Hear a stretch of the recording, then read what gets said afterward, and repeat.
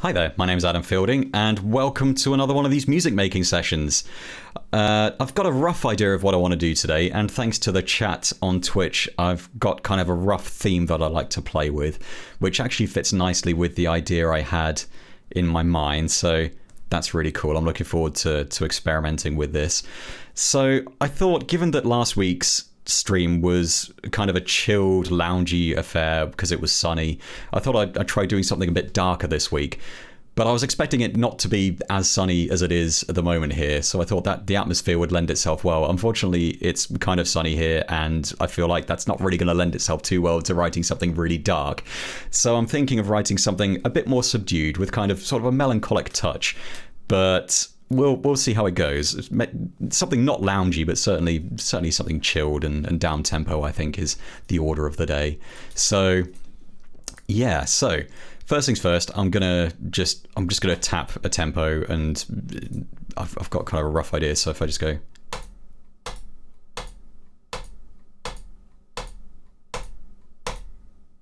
$80. Okay, let's go with 82. I can always play around with that in a bit. So I'm thinking what I normally do when I start these tracks is I start with either the drums or the bass, and I figured it'd be nice to start with getting like a solid, even if basic, chord structure down to start with. So I'm going to do my usual trick of just creating a block to start things off and go from there, basically see what I can do. So I really want to just checking the chat, and he broke his mouse. Now this thing would survive a nuclear war, I think.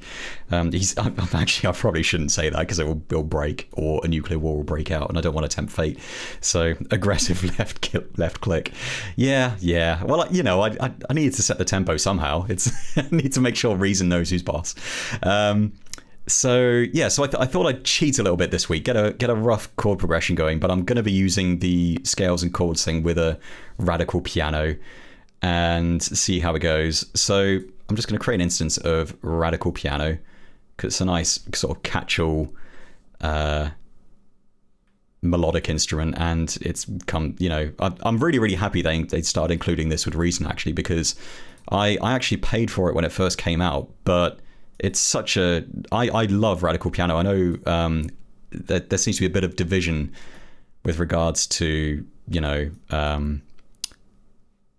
to its realism and that kind of thing. But I just really suggest... I just really like the sound of radical piano. I think it works really nicely for sort of more subdued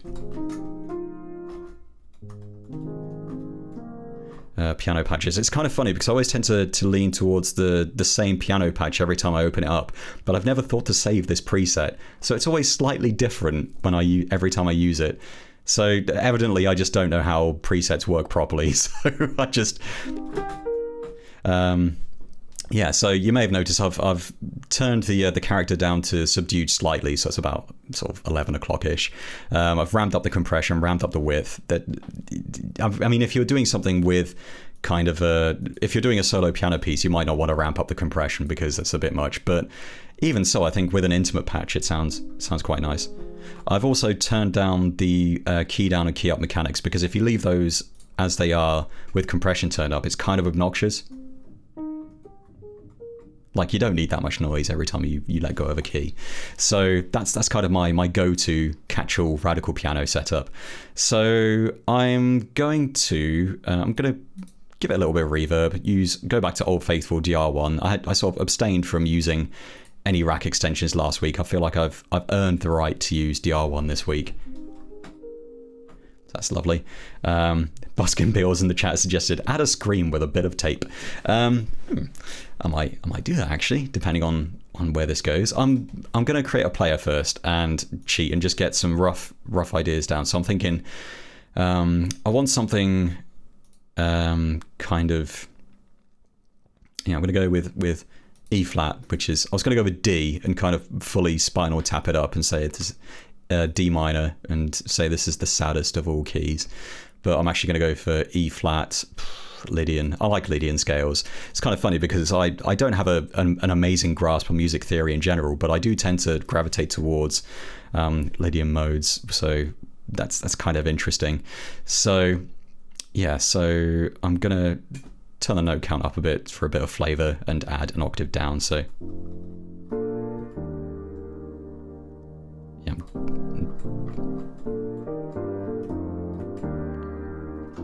I'm definitely not going to play anything like that. So so I'm just let's have a noodle. That sounds too happy, actually. I think I'm not gonna use Lydian. I think I might go for Dorian, actually. So, oh, that's nice.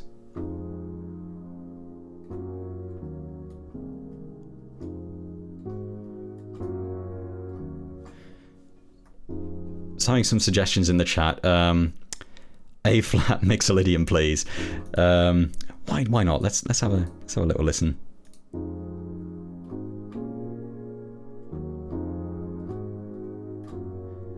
It's nice, but it's, yeah, I don't think it's quite what I'm going for, but have had first inversion.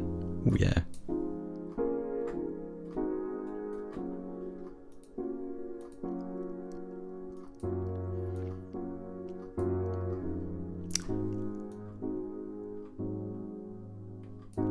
I think I'm going to leave that as it is. So yeah, so I'm thinking,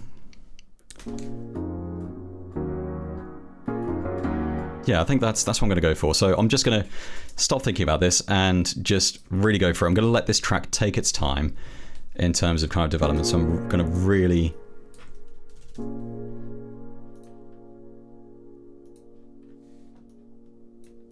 really space these out. So I went A. Yeah, that's what I did. Right, so I'm just gonna. Man, I am forgetful. Right. So that's a nice little start, I think. So I'm thinking if I'm gonna be adding more stuff, I might just roll off the lows a bit here. So yeah.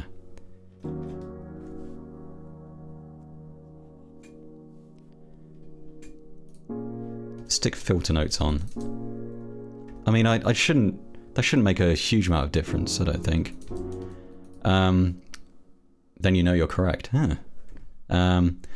Yeah, no, I like using Buskin Bills, sorry, in the chat, Buskin Bills has said stick filter notes on, then you know you're correct. That's actually a really interesting way of working. I'm just going to create another instance of Radical Piano and illustrate what we're talking about here. So if I create another instance of Radical Piano, I'm used to it being in a separate category. So if I create another scales and chords player and just set that to one note, you can filter notes. So if you're playing something that isn't in the key, it just won't play. And if you disable that, it will snap it to the nearest key in that scale, which is kind of nice, and it is kind of a way of knowing that what you're playing is correct and in key without sort of snapping to the nearest thing. So I'm just going to leave that on because apparently, yeah, that's all good.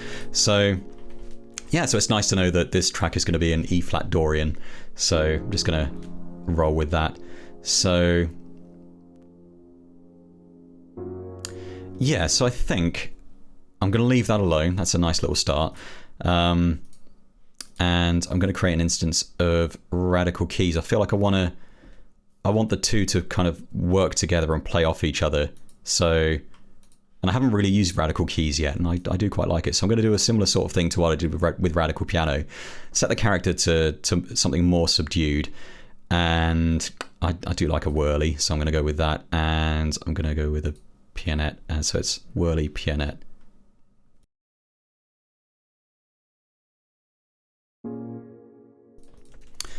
Right, so again, I'm going to turn the compressor on, crank that up a bit, and that's pretty much it. I think I'm just going to leave that alone. So what I'm going to do with the Radical Piano is I'm going to send those notes to track so I can start playing with those, and I'm just going to copy that over to the Radical key track. And I thought it'd be kind of nice to have like a sort of a nice rolling feel. So what I'm going to do is I'm going to just nudge everything slightly to the right. So I'm just going to stop highlighting the bass notes, move everything to the right slightly by holding down Control right. I've just realized I've got follow turned on. And stop highlighting those. Then nudge everything to the right again, the same amount, which is 132 notes, and remove the next lot. Move slightly to the right, and once more for luck. Once more. So, I'm sort of tempted to leave that one there. Smooth. Right, okay, so that's incredibly quiet, so I need to crank the volume up. And this is probably going to be way too loud now.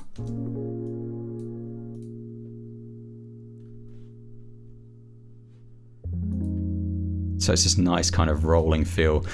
I'm also going to add a groove mixer channel to this, just to introduce a bit of random timing, and we're going to do the same with the radical piano channel as well. I had a really, really interesting question last week, actually, from I think it was from Diastro, actually. Asked me about how randomization worked with the groove mixer.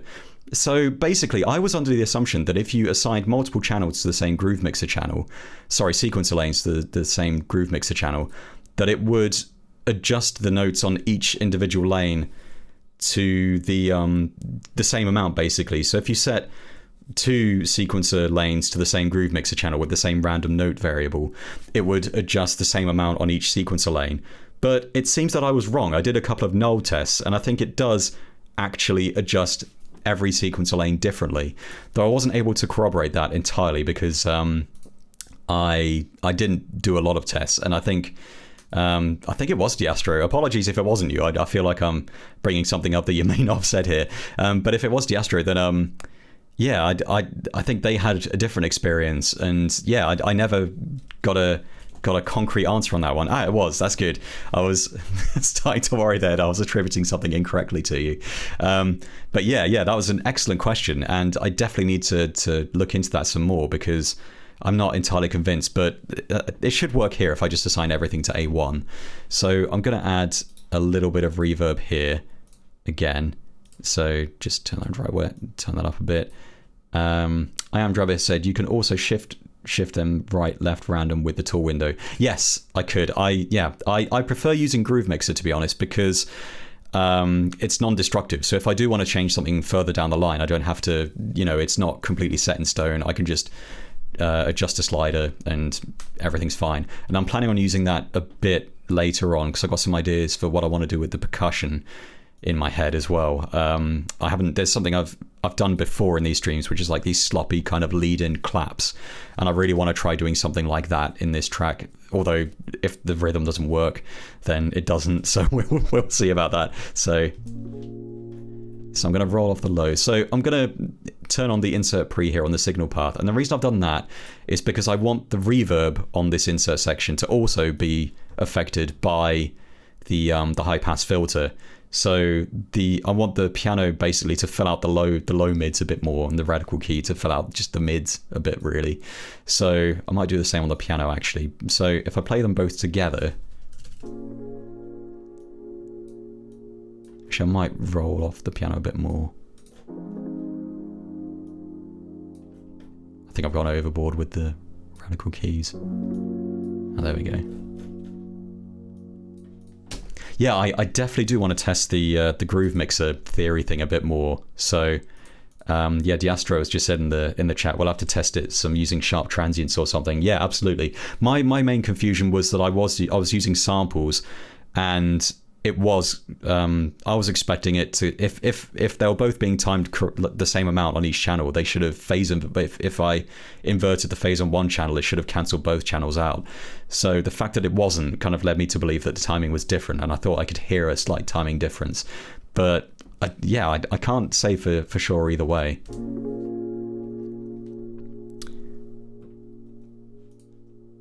So anyway, I feel like I'm getting sidetracked with the groove mixer, but it was a really interesting question, and I had another question today about the insert pre thing that I keep doing. So basically, when you enable the insert pre here, it processes everything in the insert section of the mixer channel before it hits the EQ section. So if I disable that, then it means that the reverb won't be treated by the EQ and filter section and compressor section. So it's basically, if I want everything that's in the insert section to be affected by the EQ and dynamic section, then you turn that on. If you don't, then you turn it off. So it's an interesting way of working.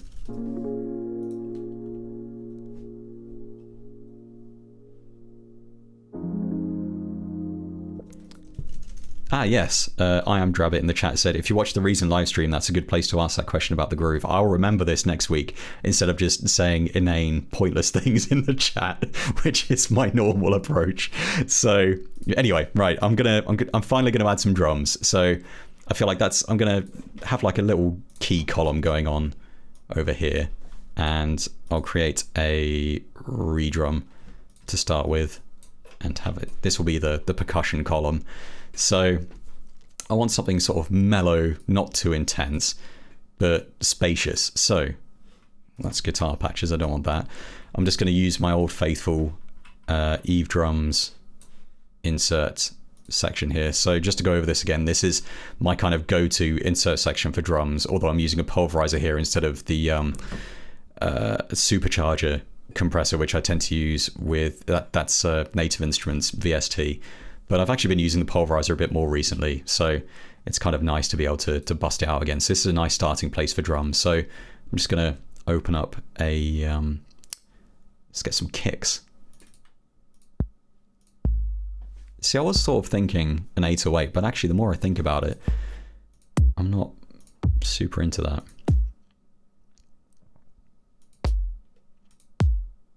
Oh, I like that. That's kind of nice. So I'm just going to draw in a couple of notes and I'll start messing around with it. Oh, that is very loud.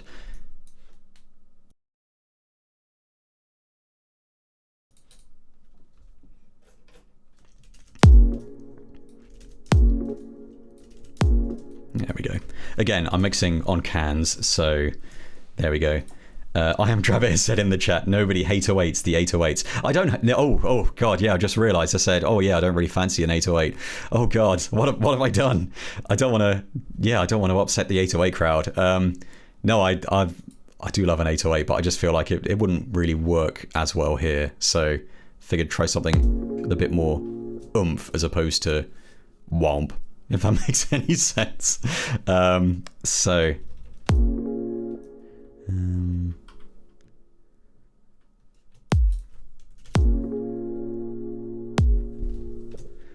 I think what I need is a snare. Oomph, not womp. Correct. Well, I don't know. It's a bit of both. It's a bit of oomph and womp. I don't know. I feel like this is going to become an 808 semantics argument. I love it. I could do with some womp. I had some last week. Does sound delicious. I mean, the 808 is delicious, so we can go with that. We can all agree that the 808 is delicious. So let's have a look. I kind of want a sort of splashy clap that will lead into a hit, which I think I'm also going to use a clap for. So I'm just going to go through here.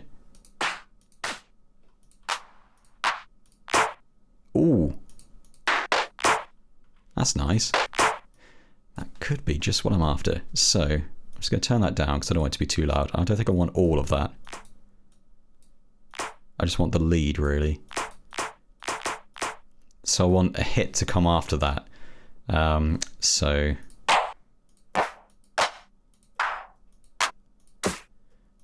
like just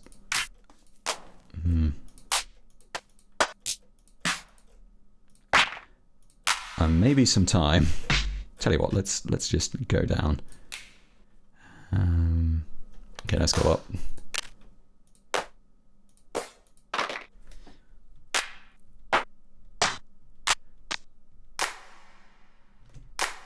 I reckon I could do something with that if I just shorten it. I've got some ideas for that. Right. So, I don't tend to do a huge amount with my drums generally. I'll just let them kind of go through this section here, maybe add a disperser, which I might still do. And I'm thinking, right, okay, so I'm going to create a line mixer because I want some reverb on some of these individual hits. So I'm just going to have everything going into this single line mixer and have that go into the input there.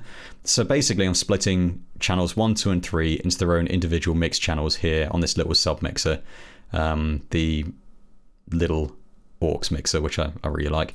So I'm going to create a reverb. I'm going to use that as a little send on here. So I'm going to stick some reverb on these drums. That might be a bit much.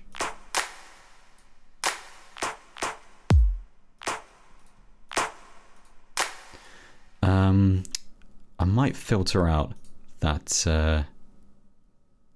Yeah, let's bust out the ECF 42. I feel like I want to filter that. So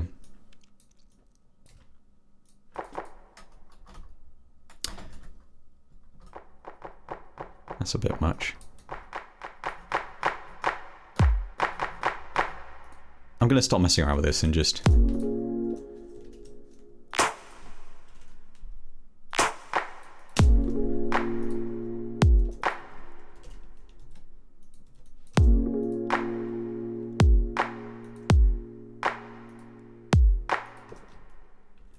That's a good place to start, I think. Just keep it steady. Right, I'm going to create a new sequencer lane for the redrum and just add those splashy claps just before. What am I doing? Right, so I just extend that outwards. Have those trigger before each clap, and I'm going to assign that to channel A2 on the groove mixer and just have that slide to the left, so it should come in before the clap. Okay, so that's a bit much at the moment.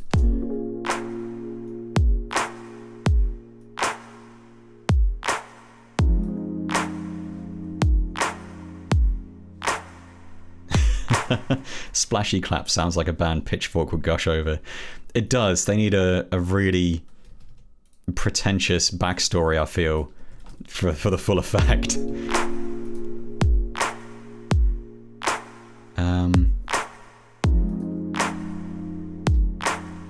I think I might EQ the splashy clap with the old faithful PEQ 2, which I don't tend to use that often, to be honest, nowadays. So this'll be nice. I'm just going to give it a little high bump, and I'm going to roll off the lows. Again, I'm mixing on headphones, so this could be absolutely the wrong call, to be honest.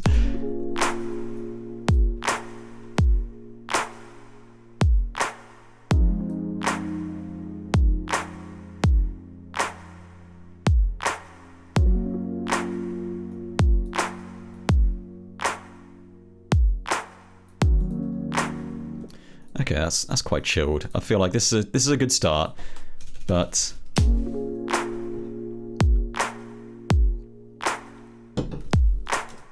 loving seeing the roller coaster tycoon lore carrying over into this week's chat. That's fantastic. Diastro said there once was a man. He lived right next to Splashy Clap Gardens, which had really nice roller coasters. Splashy Clap Gardens doesn't sound like the kind of place I'd want to visit. Oh no, certainly not a place for kids. Oh no, I don't like this at all. The lore's gone all wrong. Right, I think what we need here is, I'm just going to leave that. It's nice and simple and to the point. So I'm going to dip into my sample archive, and I pulled some tape and vinyl noise from a sample bank by Sample Radar. It's freely available. Check it out online if you like. And I'm just going to add some vinyl crackle over the top, I think.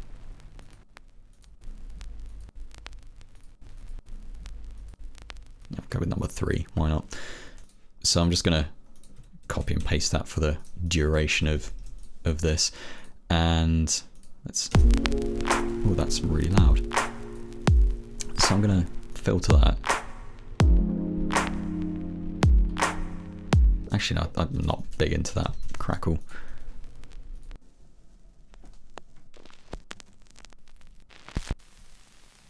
I like that.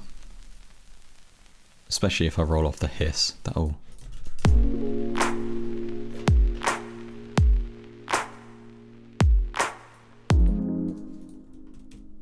Yeah.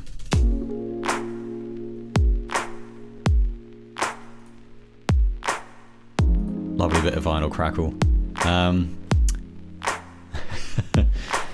Excellent.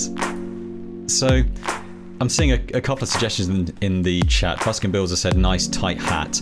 I'm actually thinking of trying something different this week. I've been using lots of really sort of tight, sort of closed hat patterns in the past few weeks. I'm thinking of focusing on some different percussion this week. So maybe some shakers, or dipping into the loop supply archive in Reason and just see what pops out. So we'll yeah, I'm liking that vinyl noise. So again, that's from a free sample bank on Sample Radar. I think if you want to check it out, then please do. It's excellent. So I'm going to start giving my tracks actual names. Drums, keys, and piano. Shaker's always good. So I'm going to close the groove mixer because I think I'm done with that for now. I'm actually going to introduce some timing variants on the splashy clap as well. So it'll be different per hit, which is nice. So first things first, I'm going to dip into the loop supply and use one of the samples that I used last week, or one that's very closely related to it, because I remember, what was it called? It was in Percussion. It was something like, I think it had like water butt in the name. Yeah, I think I used number 2. Yeah, so I'm going to go with number 1 this week. And I'm going to completely roll off the lows. So just stick that through a high pass filter, and I just want that high percussion, which isn't playing because I disabled enable loop playback. I reckon if I stick that through a DR1, and I've just had a really funny idea. So I'll try that in a second.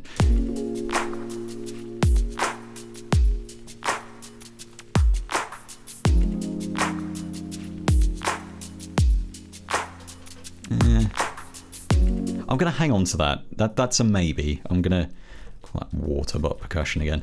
Yeah, I'm not entirely sold on that. So my funny idea was, I've noticed every time I scratch my face, I was thinking of maybe using that as some kind of percussion, face scratching percussion, but I feel like I'm not convinced about that. So I'm really tempted to try that. So okay, I'm totally going to try that. I'm just going to try scratching my face in time and see if I can get something percussive out of that. So I'm just going to disable this, and now I'm in Reason. Excellent. So rub your face on the mic. I think I need some compression just to really bring that up. So I'm just going to whack an RE2A on here and use the vocal preset. It's kind of a nice... It's going to be hilarious. I might layer this with some actual shakers because I feel like this is a really dumb idea that I might not stick with. So anyway, here we go.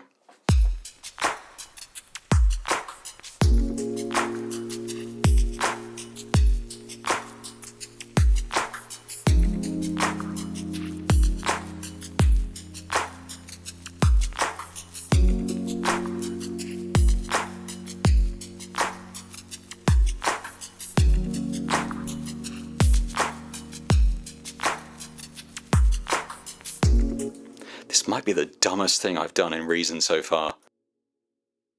Outstanding, I couldn't be happier. So that's that's going to be full of noise. So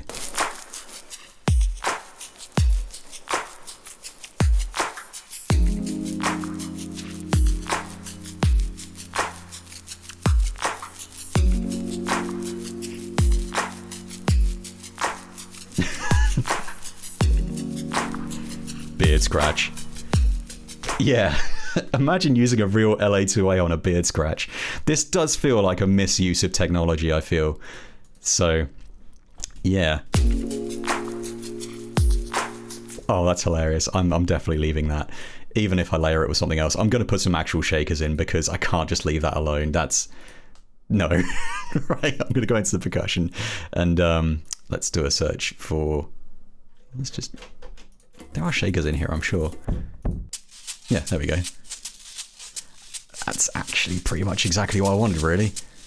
So I'm going to drag that in as audio because I think I want to mess around with the timing on that because I feel like it might be a bit loose, but let's have a try. Actually, I want this to be faster, so I'm going to crank that up.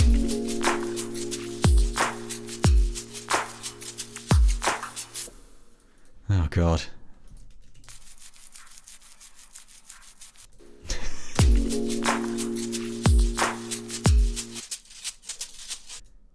If I just roll off the lows massively on that.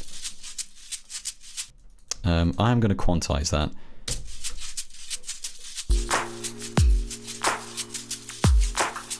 I'm going to mute the beard scratch. I think that's putting me off. That's throwing me off.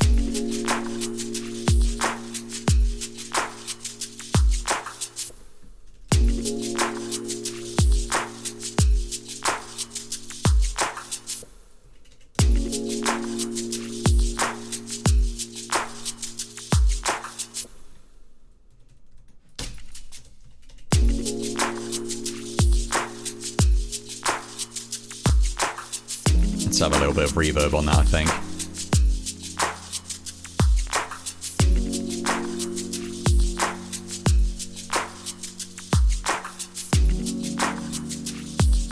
I think I may have kind of killed it by quantizing it, so I'm just going to... Problem is, it's just a little too loose, I think.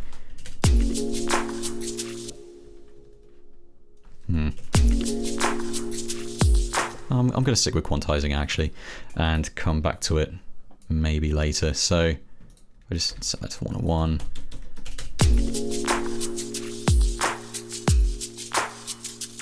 Yeah, I think it needed a bit of a tempo bump. It was just a little too lethargic for my taste there. So, right. So we've got...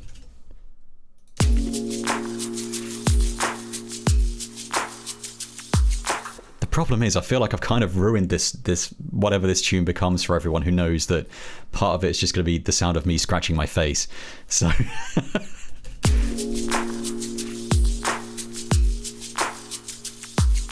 I'm overthinking it, right.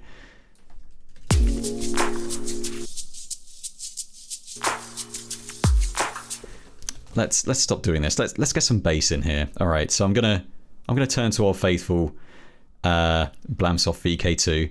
Mark Donaldson says no one will ever know. I mean, except for everyone who's seen this video. Excellent. So it's just another great example of your sample library. Yeah, actually, oh man, I'm really tempted to start adding some beard scratches to my sample library for future use. You never know when that's going to crop up in a future tune now. So I'm thinking I'm going to create a nice bass patch. So I'm going to go with a rectangular oscillator here, and I'm going to turn the filter down. So I don't need that. And I don't really want a lot of... Oh, I've had a nice idea. So that's a nice simple bass, but I'm also going to use LFO1 to control the shape, yes, of the oscillator. That's a bit fast, so that's good. Brill. Actually, I'm going to adjust the algorithm on the filter to ultra because it's going to be a monophonic patch. It should be fine. So, right, I am... What was I going to do? I was going to assign... Yeah, I was thinking of assigning one of these envelopes to the frequency to give a bit of a punch. So if I reduce the decay, get a little sort of punch just as that comes in.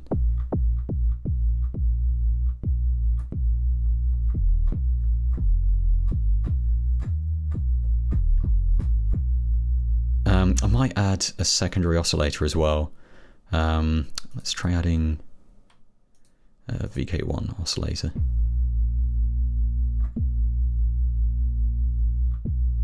So not too much, but just a little.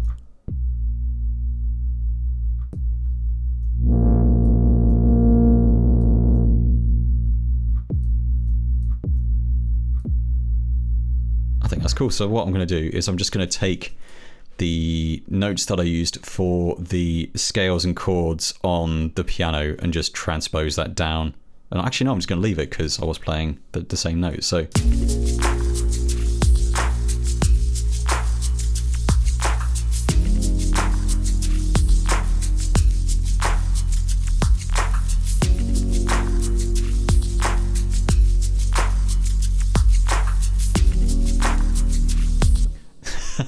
Song's going to have to be called Faces now. Cloverma has said, release a scratch sample set. People buying it expecting vinyl scratching recordings are in for a surprise.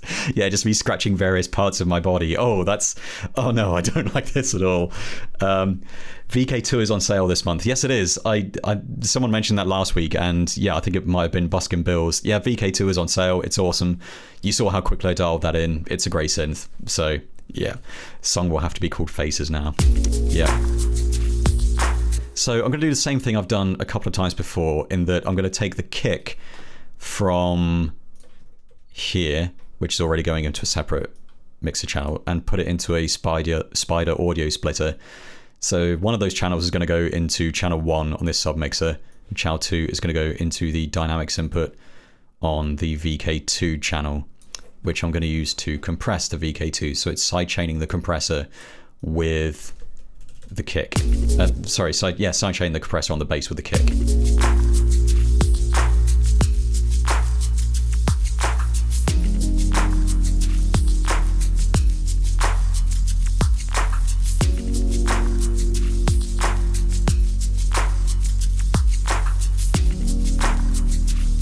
Actually, I might put some drive on that bass as well, just to kind of get something going in there. Let's solo that. I mean, I do want it to be very sub-heavy, so yeah, I think that works.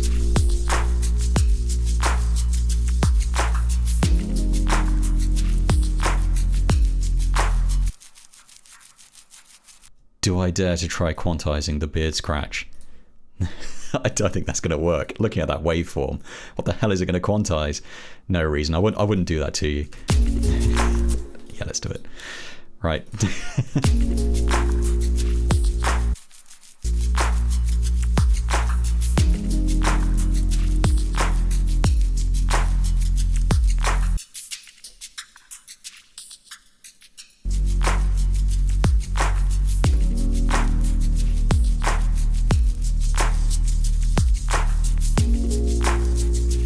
Oh, that's a good idea.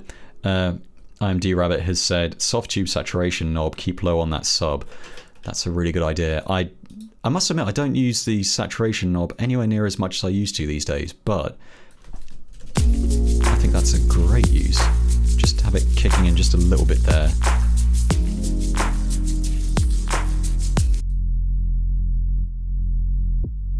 Oh yeah, that's nice. Just add a little kind of harmonic tickle in the high mids. That's nice. I like that. That was a really good suggestion. Thank you.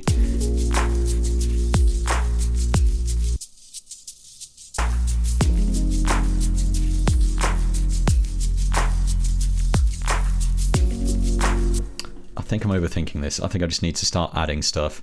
So I feel like I want to add some kind of like paddy thing to it. So I'm just going to keep this section here for synths, and I'm going to go with grain again. I feel like I want something kind of with kind of like a sort of voicey kind of thing.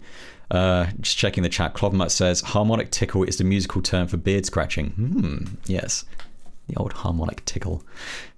So, oh, this is becoming a very silly session. I like it. So I'm going to fire up grain, and oh, I'm in the pads folder already. That's handy. So let's see what's in here. No, I feel like I want something less glitchy, really. Well, not glitchy, but I mean, that'll do. I was thinking something sort of with a bit of a choral feel, so that's actually ideal, really. So I'm going to liberally wash this in reverb. And again, I'm going to go to the SSL mixer and start giving my stuff proper names. And I've just realized I haven't actually saved this yet. If only there was some way that the chat could remind me to save. So I'm just gonna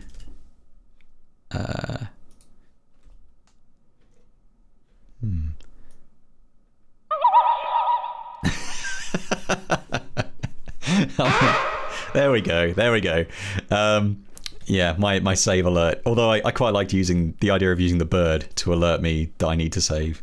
That's a really good idea. So yeah, I'm thinking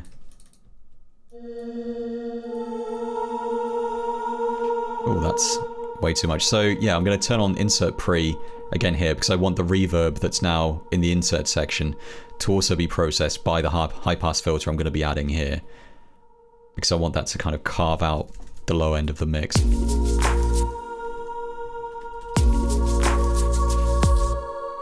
Do I want it to be that high?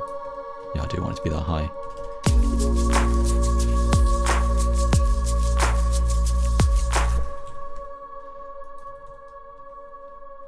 Actually, I liked it when it was...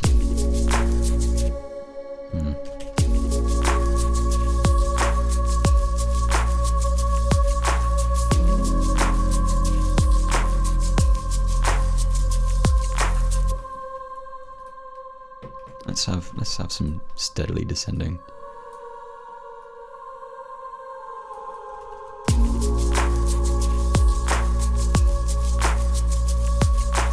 Actually, let's double the timing on that.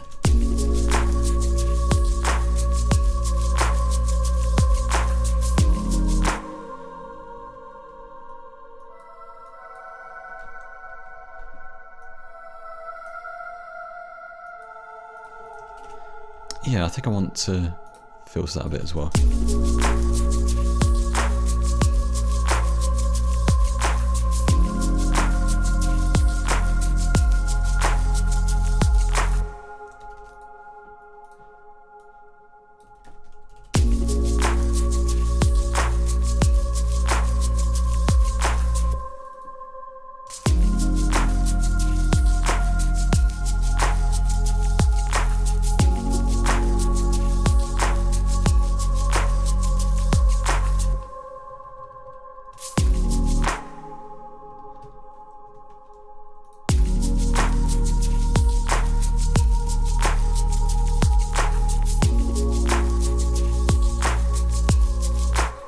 We just need a bit of delay. In fact, I haven't used any delay yet. That's crazy.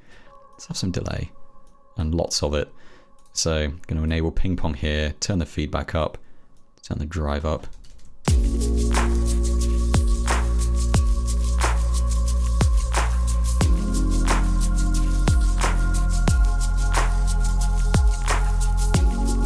There has been a delay with the delay. I'm disappointed at myself for not thinking of that pun already. Damn it. Now that I've remembered that delay is a thing, I might actually put some on the keys as well, because I think that'll add a nice bit of width if I use the ping pong delay. Turn up the feedback, and let's have we need a more delay sound for chat. Yeah, I need to start working on this, damn it. It's funny because I use delay and reverb on everything. I can't believe that I forgot delay as a concept was a thing up until now. So, whoops.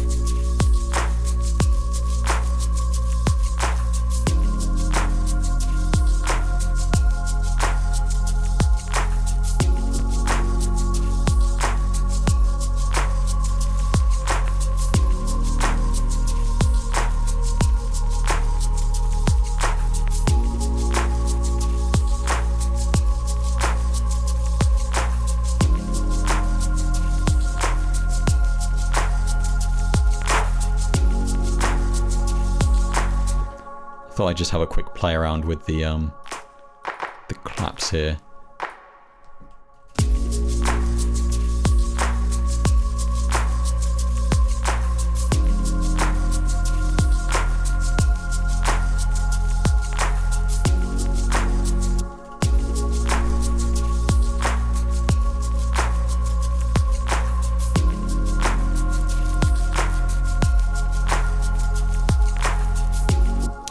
Put some reverb on the beard scratch, it will help disguise the fact that it's just the sound of me scratching my face.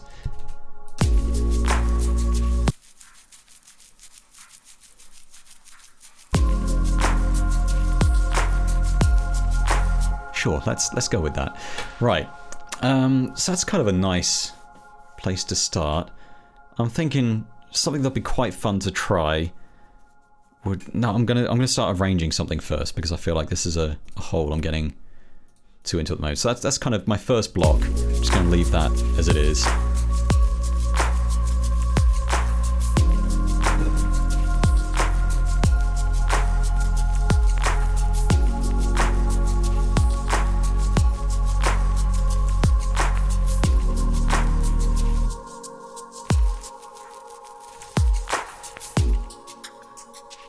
I'm not sold on that water butt loop. It just sounds like there's too much. It's kind of phasey. So I'm thinking I might swap that out for something else. So add some dreamy bleeps. That's a really good idea. I'm going to get right on that as soon as I replace this percussion. I actually had another idea in mind, which I will come to, but I think I'm going to do that once I start arranging the track. So I'm going to keep you in suspense for a little longer there. Oh yeah. Oh yeah, that's exactly what this track needs.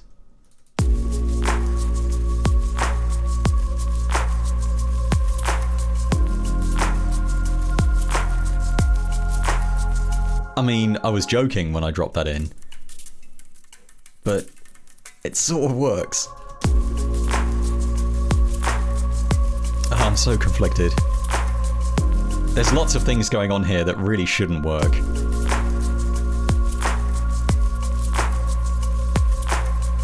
I mean, you'd tell me if I was creating a monstrosity, right?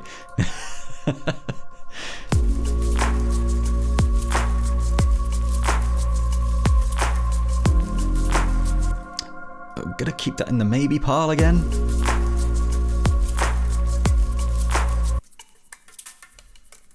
Yeah, I'm gonna, let's go back here.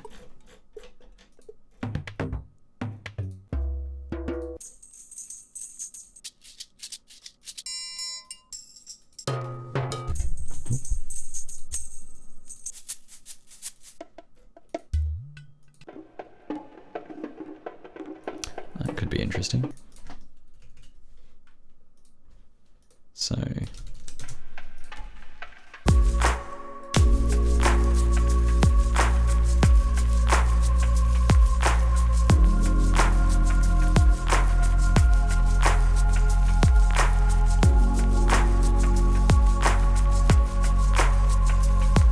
that's kind of interesting. I think it's a bit too wide at the moment, given that I'm listening on headphones, so I'm going to call that sweeping percussion. I think what I need is some high percussion. So we've got, in fact, there were some tambourines here a second ago. So I'm thinking just add some tambourines to go with the shaker and beard scratching. I think I might be getting to the point where I'm just throwing stuff in for the sake of it at this point. So I'm going to stop after this.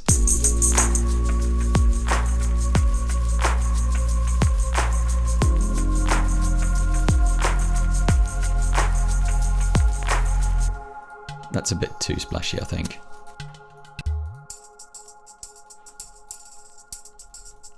I should stop copying that to track really and just let it do its thing.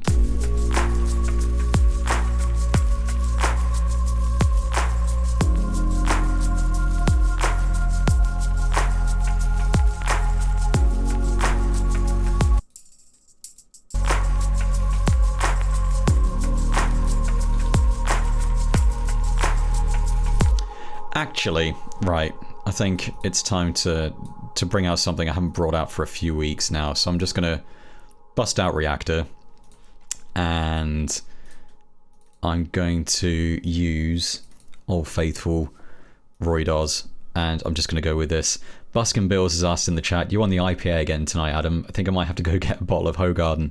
I am on the San Miguel tonight because it was what was in the co-op, and I've got a glass that matches, so I feel like a human being, which is unlike me. So, right, I am going to turn down the reactor channel and roll off the lows again, and let's...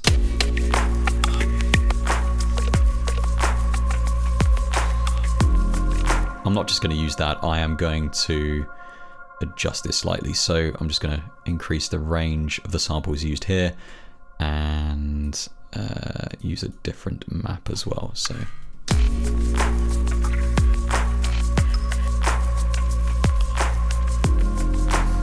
Buskin Bill says add some upper harmonics to the sub bass. It just needs a bit more. Let's try that. So if I add saw and I let's bump that up like.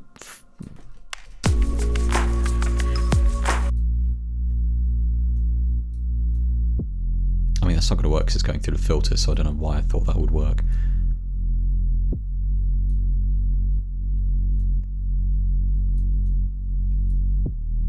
That does kind of work.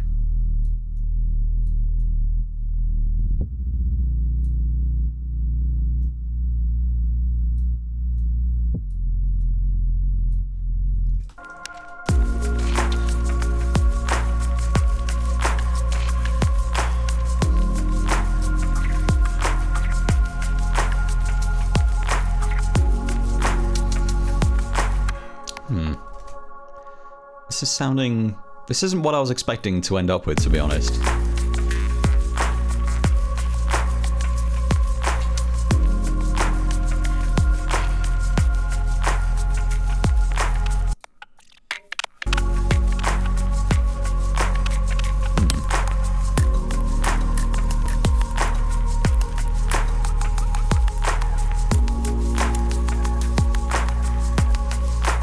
That's what I needed. I just need something to kind of tickle the highs a bit there.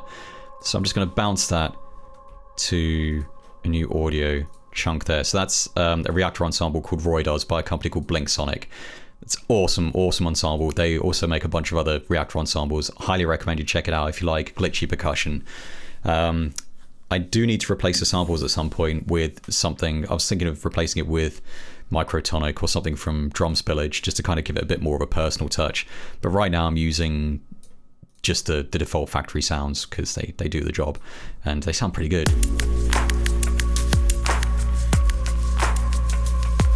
And it's nice to have something kind of to ground it, something kind of, yeah, that'll do.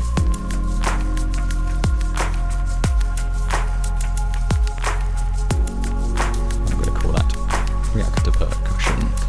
I'm going to stop adding percussion because I've just gone a bit nuts with that, really.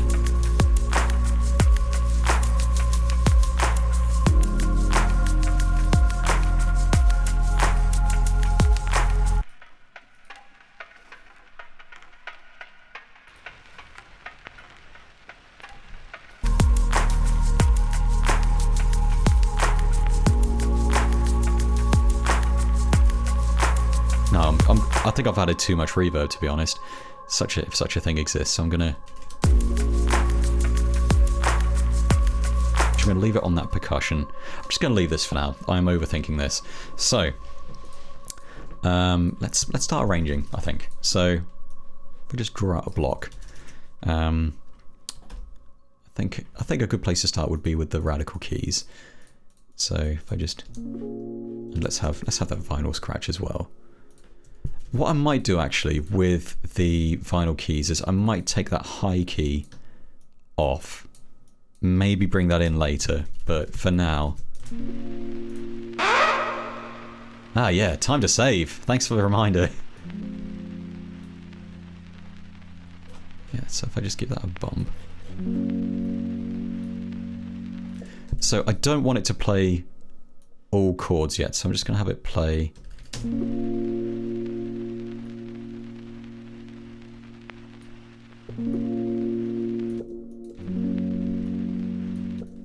Just play a couple of chords.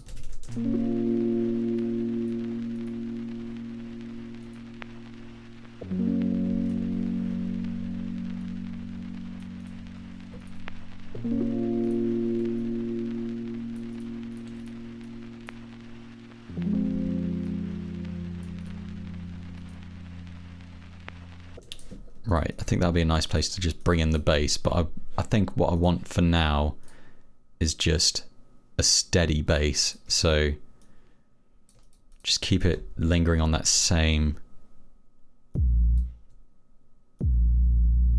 note for a long time. I really want this to take its time.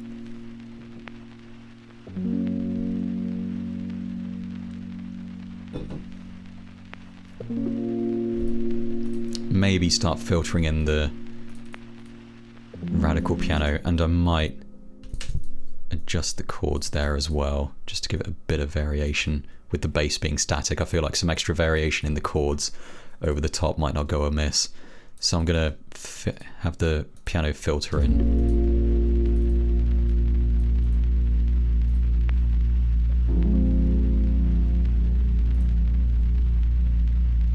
It doesn't really work with that static note.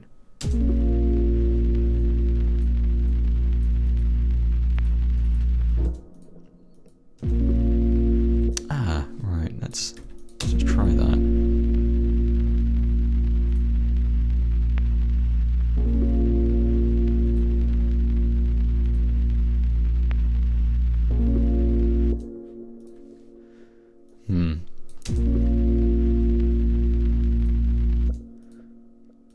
Let's grab these. I think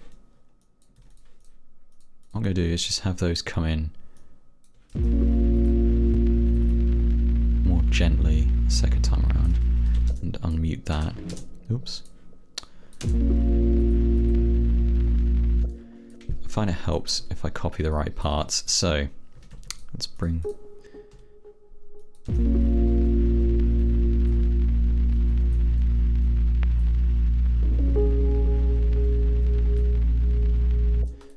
let's ditch that. Right.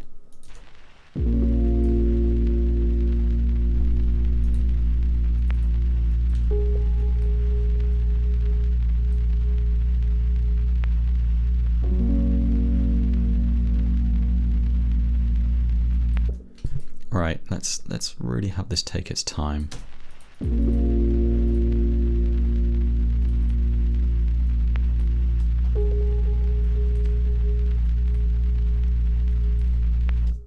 And that goes down to F sharp. So if I have the bass note go down to F sharp as well to match. Oopsie daisy.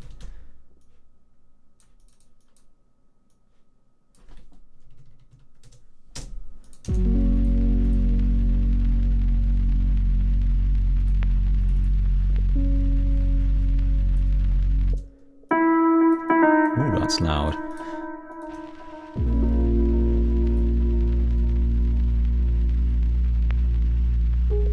I might start playing around with some grain textures over the top of this just to kind of give it some extra variation, although I quite like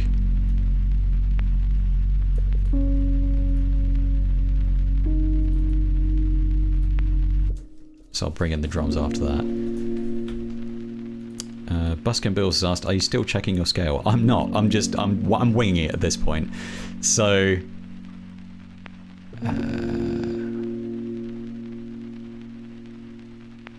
I mean, that looks good to me. Yep, that suits me.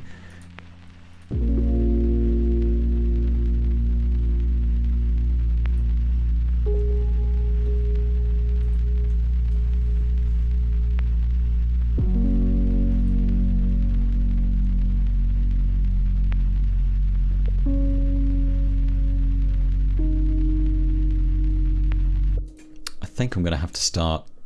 Yeah, I'm going to add some kind of grain texture over the top just to kind of vary things up a bit. So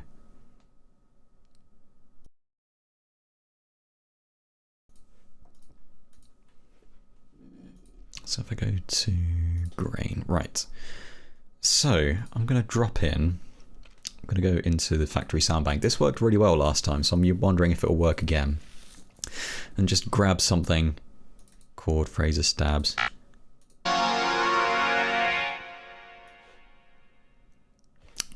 Close but no cigar. I think that might work as a texture, so well, we'll see. This will either end up sounding horrible,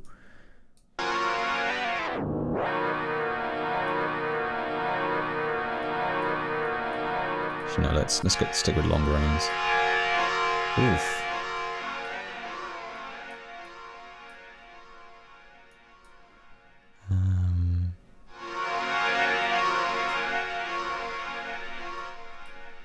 I think the problem is there's not enough variation there for it to work as a texture. Whereas that might work.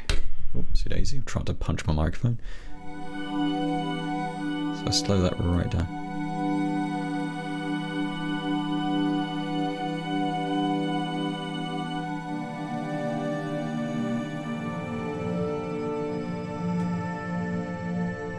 So, righty, I'm gonna just add a healthy dollop of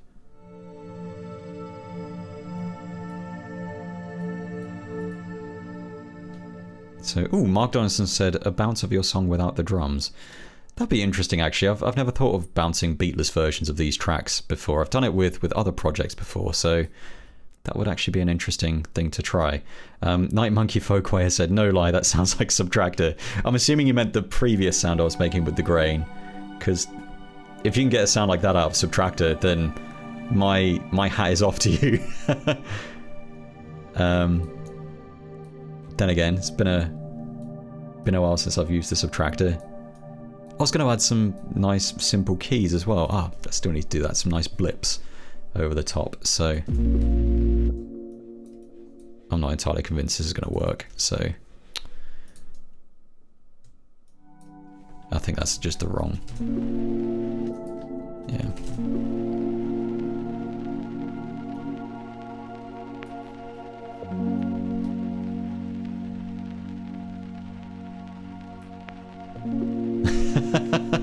Do this for 10 minutes, add a 4 on the floor, call yourself something mundane and become a huge lo-fi house producer and rake in literally tens of dollars. Excellent, I can finally give up this life of crime. I love it. I love these suggestions.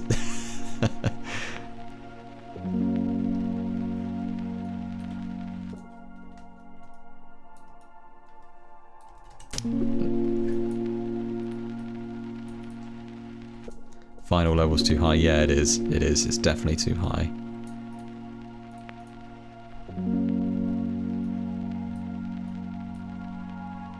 Nah, it doesn't work. That's a shame. I was hoping to avoid that. That could be interesting. I mean, this is going to sound awful at the moment. He says, that sounds lovely.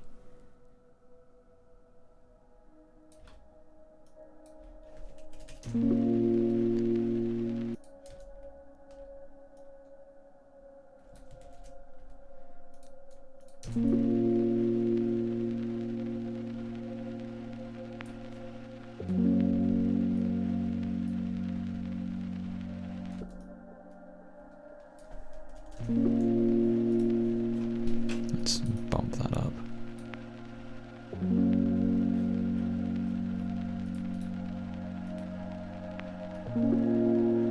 I think the envelope needs tweaking.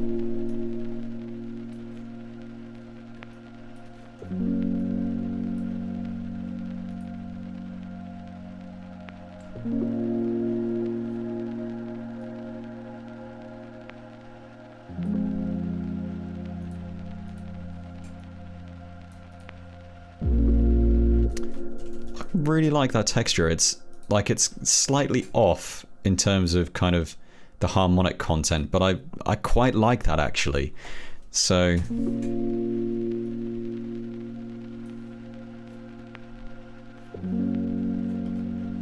do wish it was a bit louder though, so let's crank that up.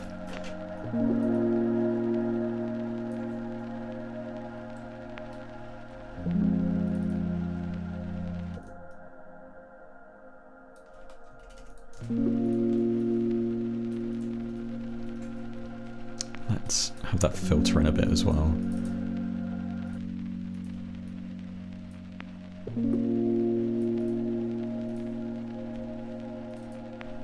It's got a green texture. I feel like I need some kind of reverse there. So, right, now the question is Yeah, it's gonna happen. It's gonna happen. Where is... It's not in this folder, is it? It's in this folder. Right, let's do something fun with this. Right. Okay, so I'm gonna try and create some kind of transitional element out of this sample. I managed last week, but it fit a bit better in the song, whereas I think a reverse crash or something would work better here. But we'll see. We'll see. So I'm going to just reverse that and stretch it and transpose it up an octave and absolutely drown it. Indeed. Indeed. And drown it in reverb. I was waiting for someone to do that.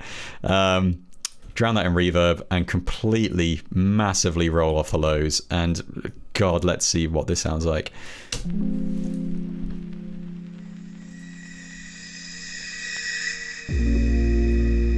That's kind of evil. Like really evil. So let's stretch it some more and hope that does the trick.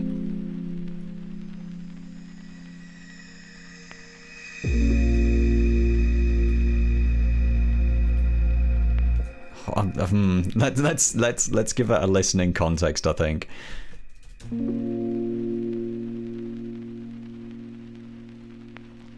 I'm slightly afraid the Jungle Bird isn't going to cut it in this track, but we'll see. We'll see. I've been wrong before, so an octave down, that would be sensible.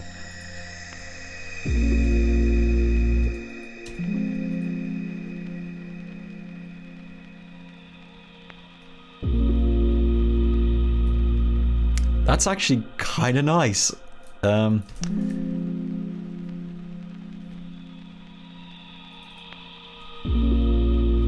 going to call that weird sweep, and I'm going to bump that up a semitone to match the rest of the track. I think it's one semitone off.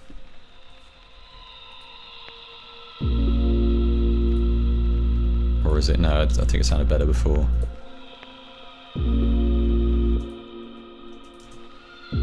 Oh, there we go, it was two off.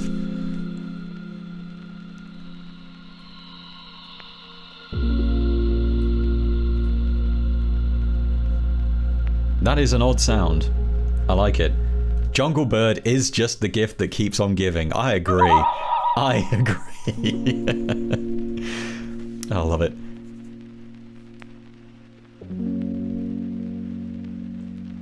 I actually really like that grain texture. I might have to hang on to that for future reference. Let's add some delay to it.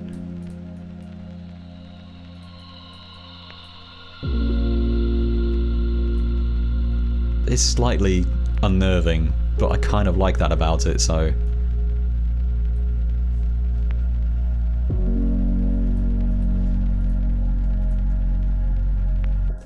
I think I'm gonna adjust the first section so it matches the second.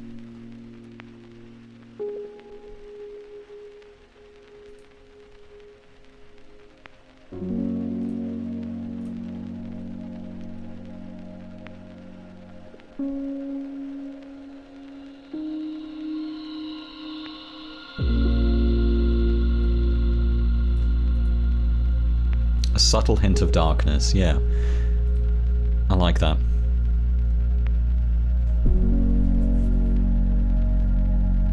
I think I could get away with repeating that. It's funny because I've got the blocks playing here, but I don't really need them. So what I'm going to do is I'm just going to grab the vinyl crackle from block 1 and stop using it here because it's just throwing me off. I'm having to replace elements without really needing to do so. But it does just highlight how little there is going on in the first section of the track. It has a Marconi Union flavour to this opening. Oh, I like that. A subtle hint of darkness. Ooh, nice. Album title. I like that.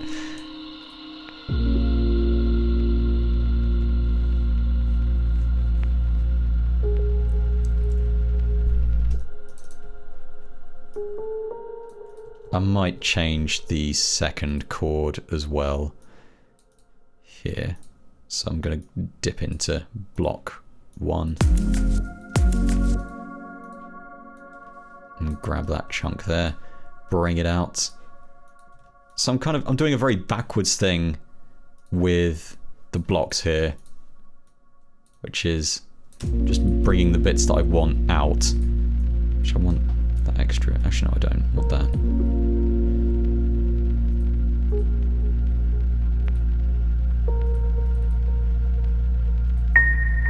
Why do I keep doing that?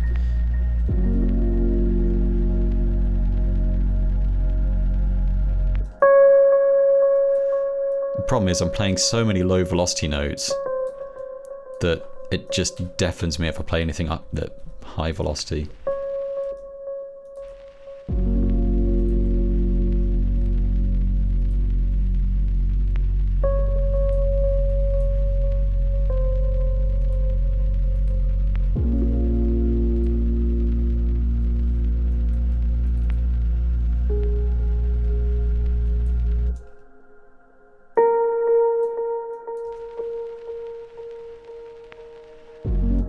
I think I'm just gonna have that play at once and not have that rolling key feel here, just have that.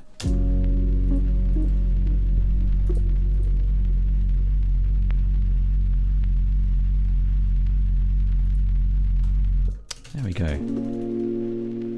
Right. I might just have that grain texture filter out over the course of this chunk and then bring in block 1 with the drums. I think I'll just stick with the first half for now.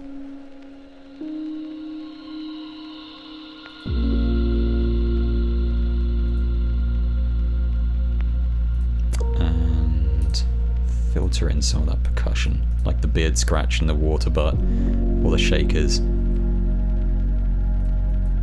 Yeah. So I'm just going to try and manically sort these bits out before the sequencer gets to it. There we go. Oops.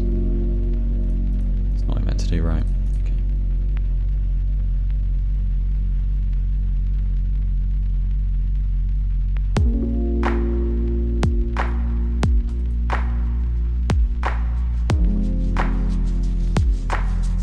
Okay, I think I'd need to stretch that out a bit longer.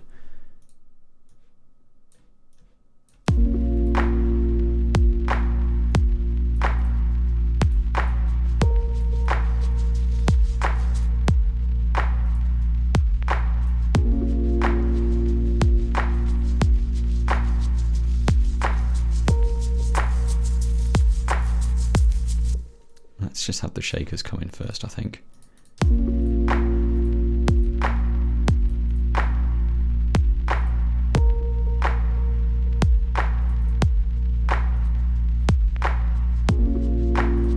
I might also filter in those drums because that kick sounds kind of harsh as soon as it comes in.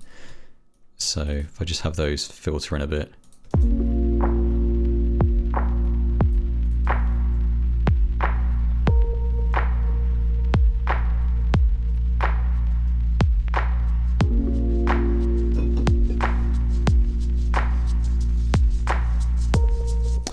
Ah, yeah, that's a good idea. Add the shakers before everything comes in. About a bar earlier. Yeah, that's a great idea. So if I have those come in before... Yeah, that's great. If I have those come in before everything else. Yeah, I like that. Then I can filter in the beard scratch. Excellent.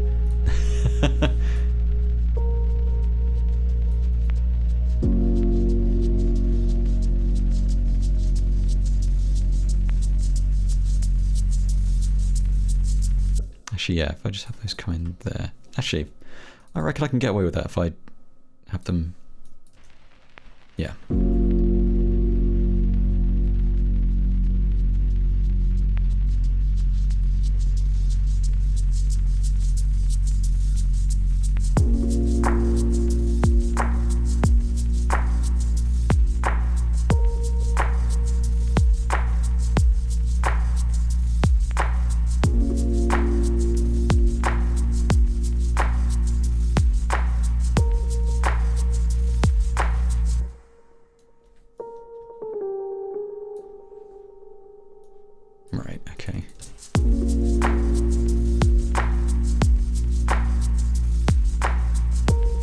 realised I said I had an idea that I wanted to bring in. I think I might bring that in soon. So we're coming up to 1.5 minutes, and I haven't actually played block 1 in full yet, which is neat.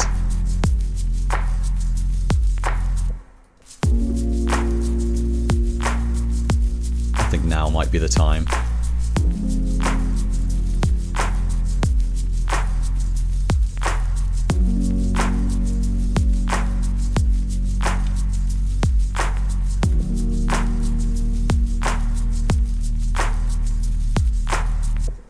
Excellent. So I'm going to bring in some more elements in the next bit, then well, I'm just going to listen from the start just to kind of give myself some ideas.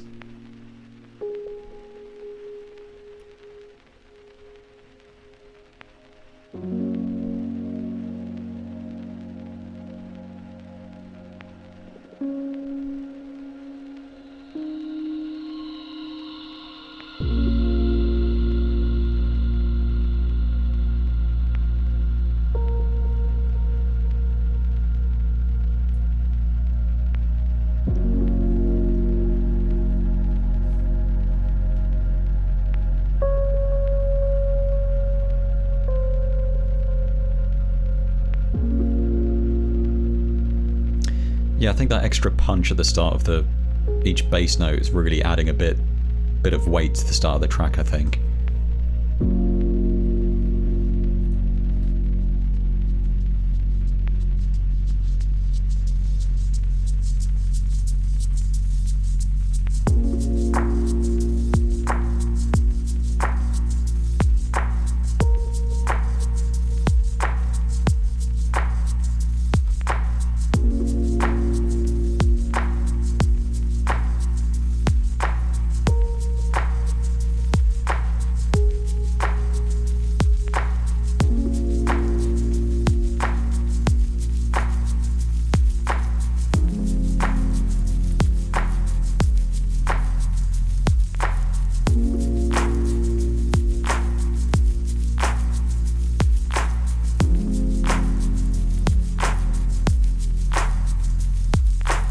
I think I can get rid of that extra block there. It's a little extraneous, I think.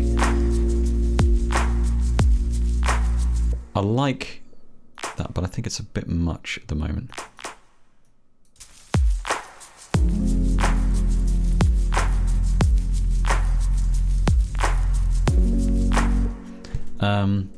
Yeah, just checking the chat. Buskin Bills said, automate the vinyl on that intro. It's still too high at the start. I agree, actually. I think if I automate the filter just so it comes in a little steadily, I think that'll help. There we go. So now it's more of a kind of subtle click.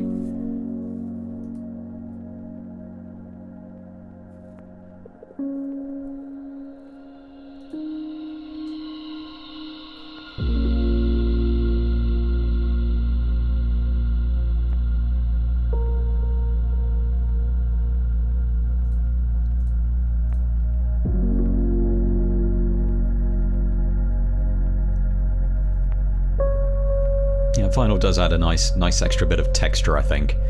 So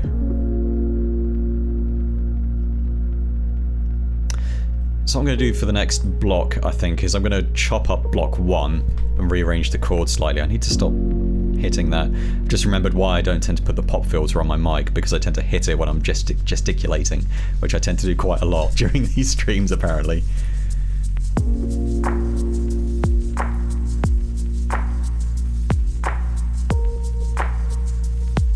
Yes, I am using the same bird sample again. Sorry, I've just checked the chat. Yes, the bird is back.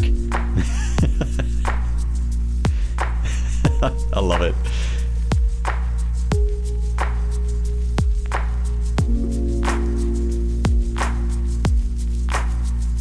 That's weird. Oh no.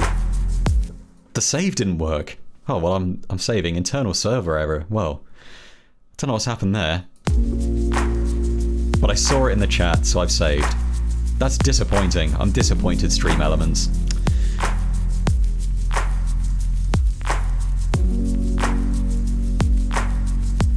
I still can't believe I managed to use my beard scratching is a percussive thing.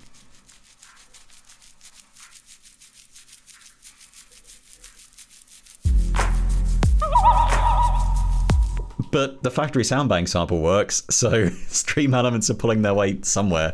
These things happen. So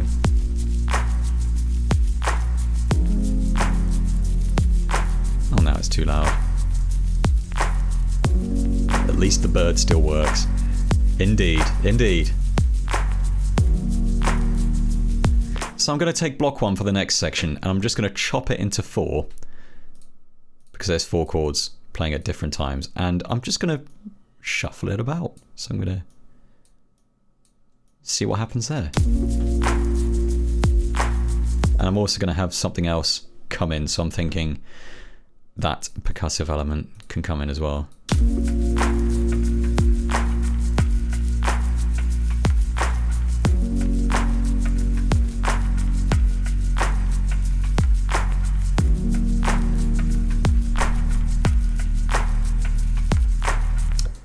You could pitch the bird an octave below. Let's try that. Let's try that. So that would be -10 because it was already 2. So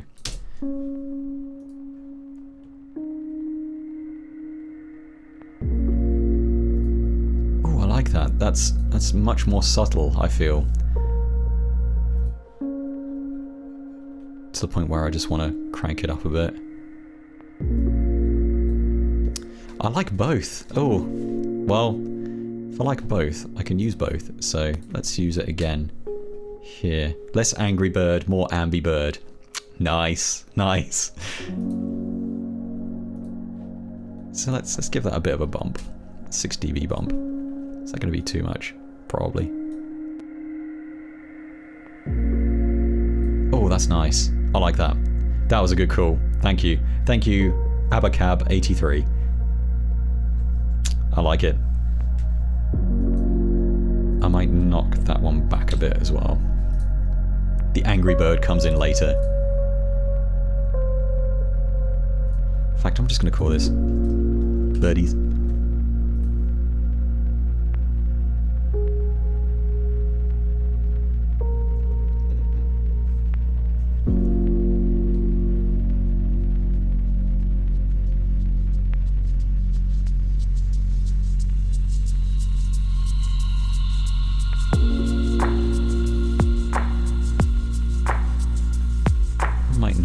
Back a little bit.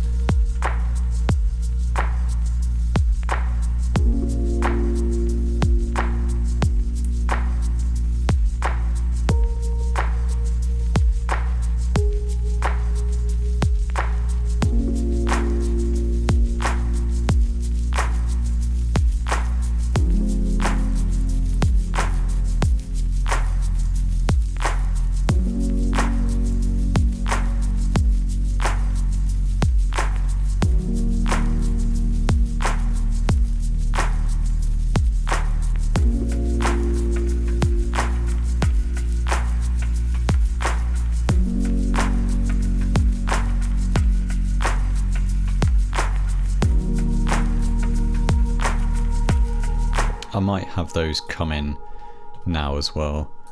And in the next section, just let it run. Let's have one single instance of block 1, then I'll have a drop there, and then I've got an idea for what I want to do there. So I'm just going to bring in the extra percussion.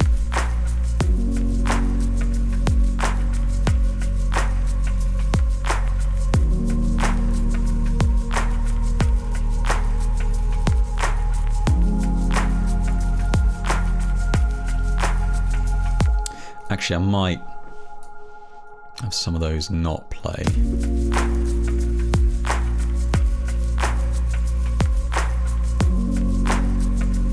Just have a bit of space.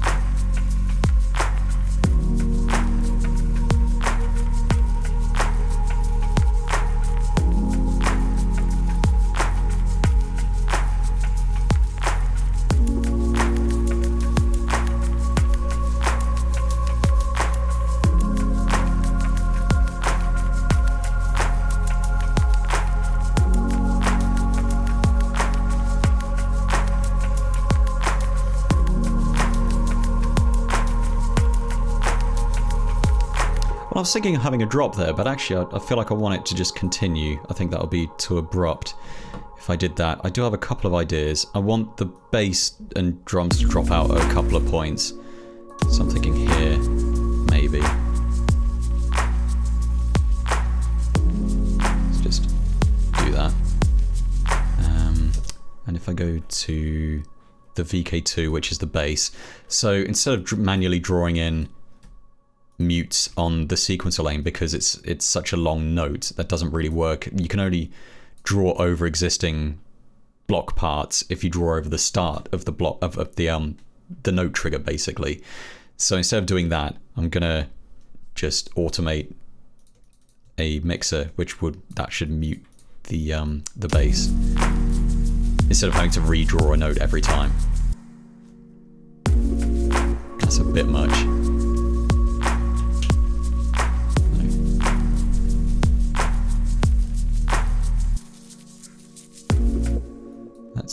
Let's also get rid of the beard scratch there as well, I think.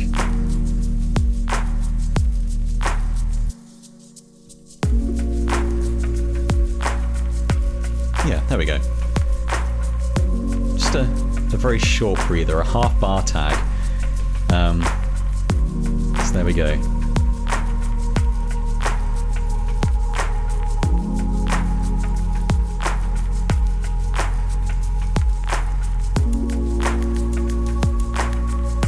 When it comes back, have it miss that first kick. Oh, that's a great idea. In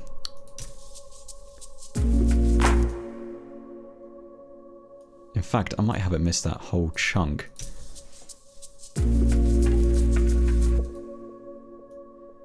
Oh, I could have it miss the first kick, or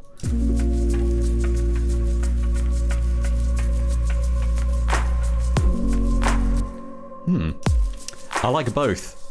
Ah, what to do?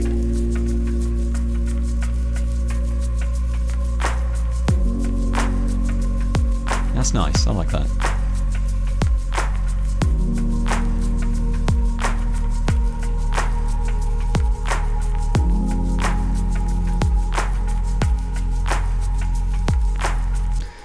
So what I was going to do at the start of the track, and I said I'll leave that until later, was I was thinking of adding some vocals, and I'm still planning on adding some vocals, like some sort of ahs and ums and that kind of thing.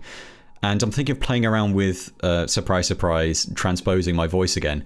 But I'm thinking for this section it'd be nice to add some really filtered, just like some really simple kind of O's over the top, like ooh. So I'm just going to try that, and it's like just a kind of a bit of a palette cleanser, really. Bit of variation over the top. So let's try it. So I want them to be really heavily filtered as well, and a bit of high pass filters. So I'm just going to disable my monitoring mic, mic monitor rather, and here we go. Hello.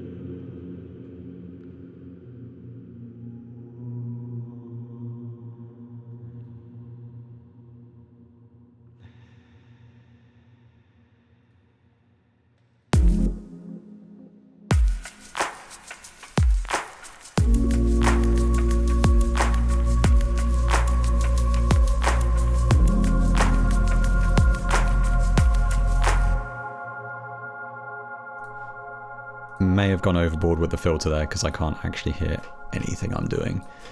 So I'm just going to bump that up while I record it.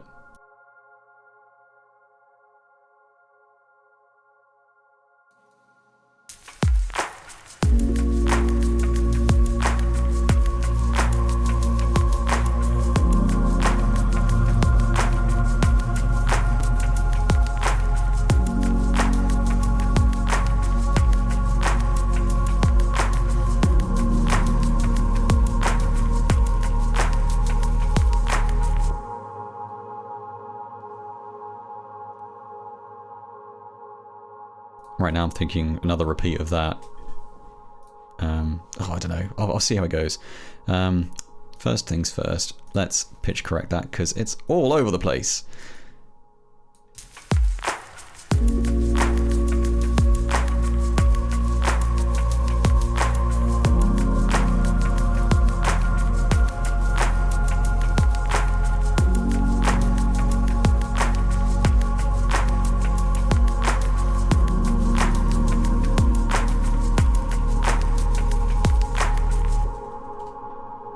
We call that low vox. So yeah, just a little extra touch. So I'm sure I'll bust that out again in a bit. I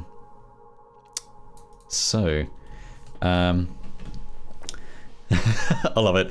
I'm D-Rabbit. This song is perfect because I'm eating trash ravioli from a can and it's making me depressed. Hashtag struggle lunch. Love it. It's so weird to think that you're eating lunch now. Like for me, it's like 8:30 in the evening. So prime beer drinking time. Drinking trash beer. And that's not trash beer. I like it. I feel like trash beer would be like, I don't know. I don't even know what trash beer is now. I'll drink anything, that's my problem.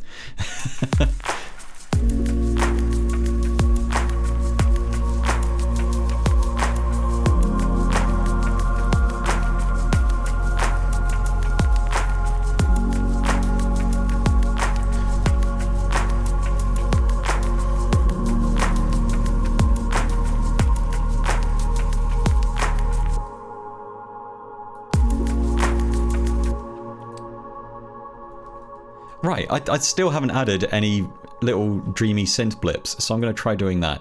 I think for that I'm going to go with Europa, and I'm just going to dip into the factory sound bank again and just go for a poly patch, see what comes out.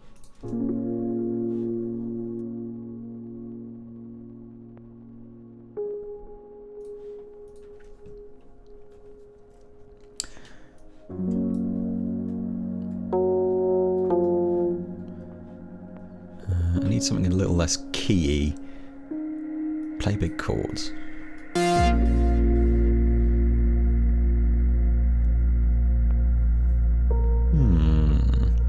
Smother.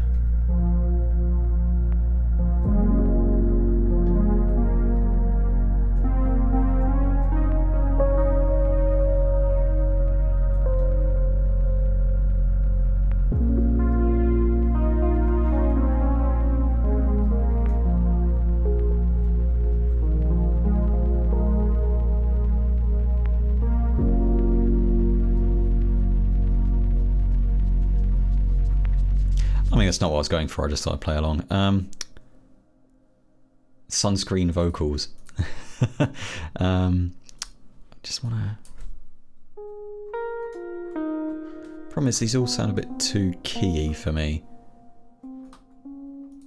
I'm sort of thinking maybe...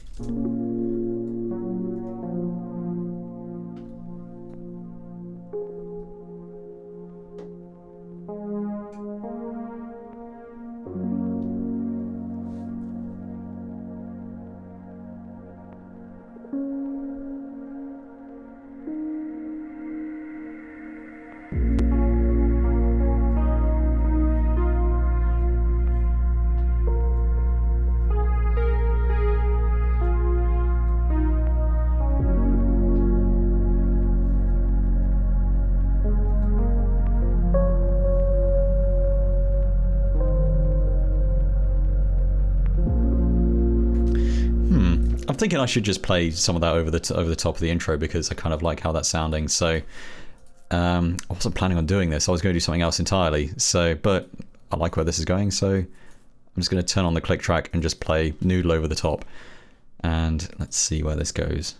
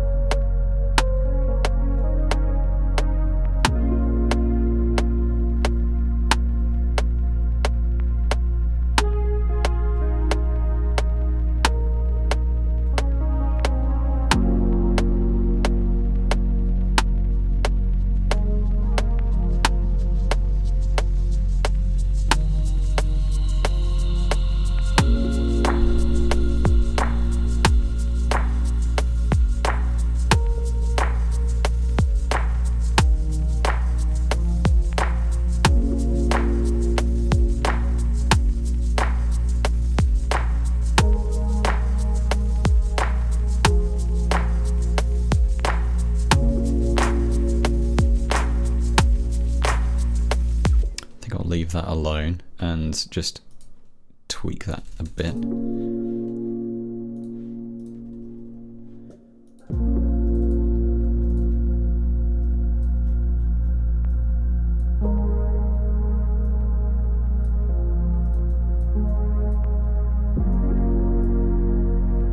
Maybe have that filter in slightly.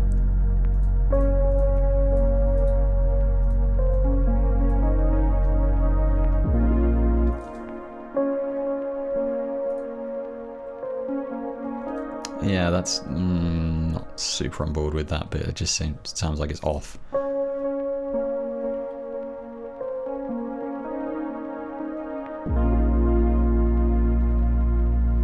I think I might give that another pass, actually, just...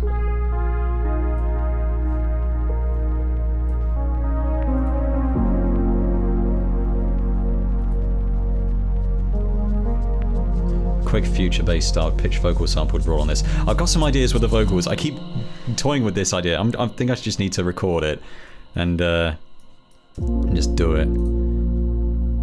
In fact, I'm just going to record it now, and I might bring it in later because I've just had this idea in my head for way too long. So I'm going to start recording some vocals and just play with them a bit to see what comes out. So I'm just going to add a bit of reverb to that and bring my vocals over. Hello. So my plan is I'm going to transpose everything up. In fact, I'm just going to record it straight into block 1. And my plan is I'm just going to nudge all the percussion to the top of the sequencer so I can transpose everything up 3 semitones. So I'm going to intentionally sing higher than the rest of the track. So... hello. So the track sounds like this.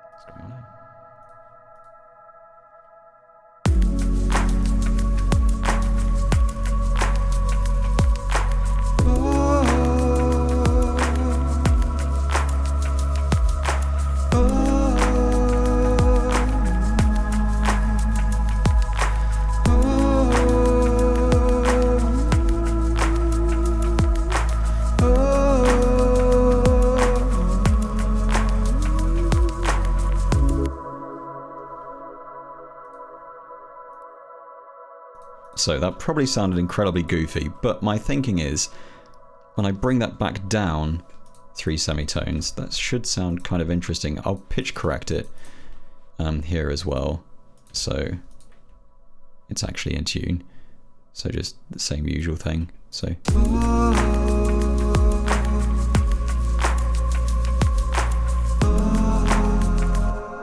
great, that's corrected that incorrectly.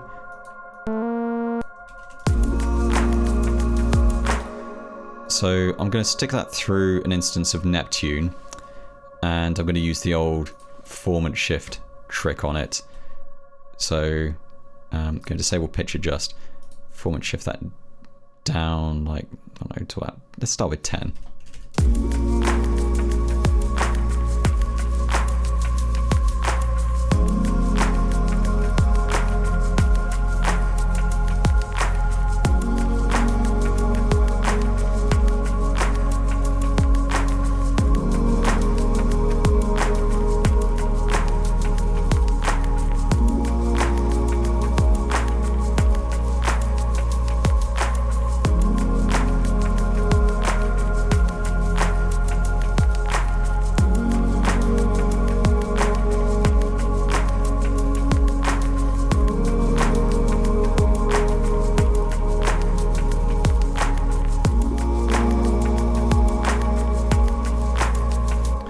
I think some of those notes are a bit too prolonged, so I'm just going to try another take. Let's bump that up a few semitones again, ready for another take. And let's try this again. Hello.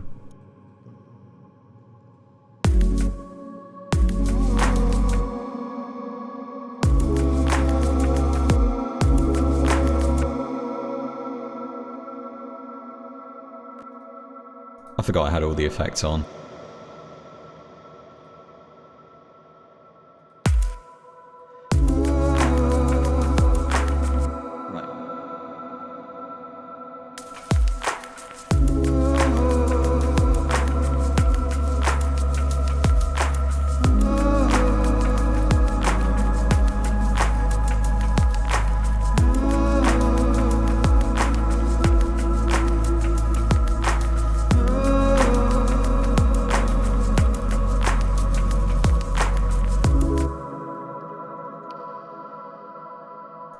Just checking the chat. Let's see if we can get add to rap. Sitting in my kitchen eating bees from a can. COVID outdoors. I'm not a real fan. I mean, it is my style of hip hop lyrics, so you can take that how you will. Yeah. I mean, maybe not. Actually, I'm not going to pitch correct this. I'm just gonna stick with Neptune, and I'm gonna disable E, A, B. Why not? Let's see how that goes. Oh yeah, that's disabled. Oh, it needs to go down 3 semitones. I still haven't transposed everything back. Oh dear.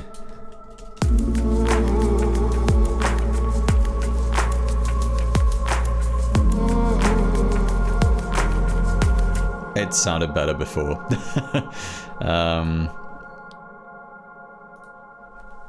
In fact, if I just... Yeah, I'm gonna stick with the original.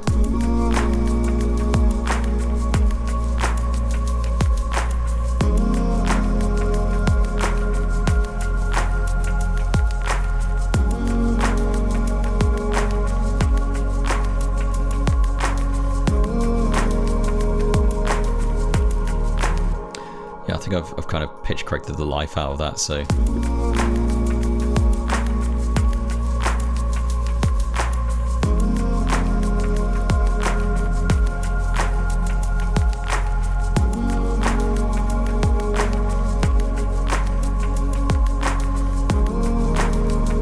So what I'm going to do now is I'm going to duplicate that and adjust the format to +10 from -10 and transpose this up an octave and see how that turns out. So that'll be 9.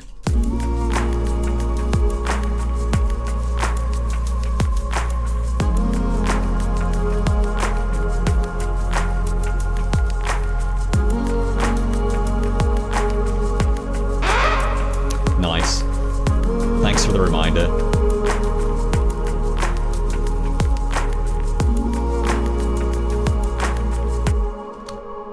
I quite like that. I think that works.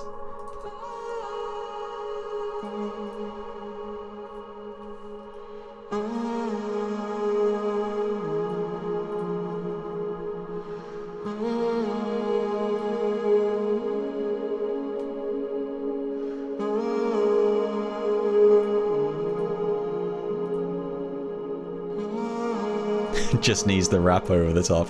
I'm sorry guys, that's not happening. I'm not rapping over the top. You don't want me to rap. You really don't.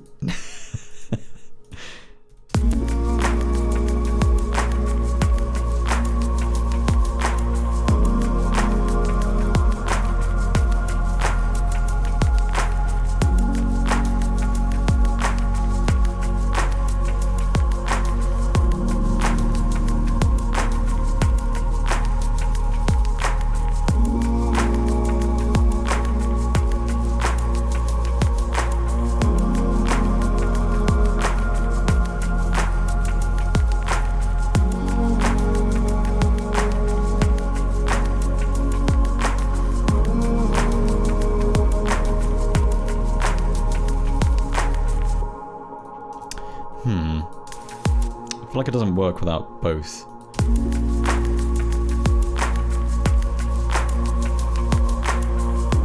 Oh, that's right. I was messing around with these keys at the start. Let's get this sorted out and then come back to this. Yeah.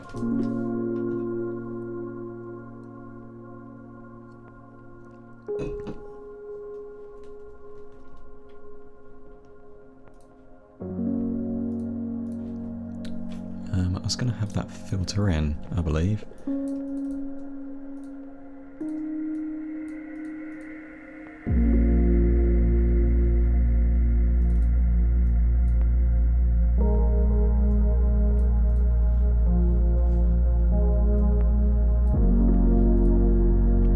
That's a really nice patch, some other keys.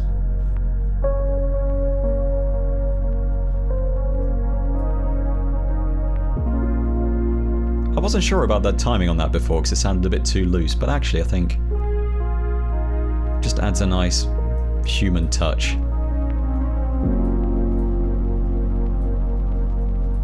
Which I'm okay with. I'm okay with that.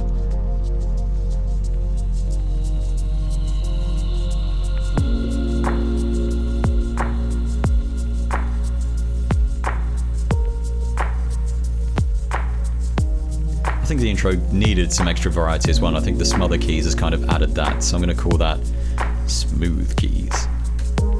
Smooth.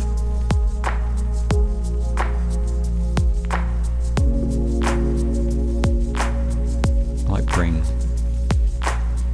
that vocal bit in a little sooner, have that filter in massively.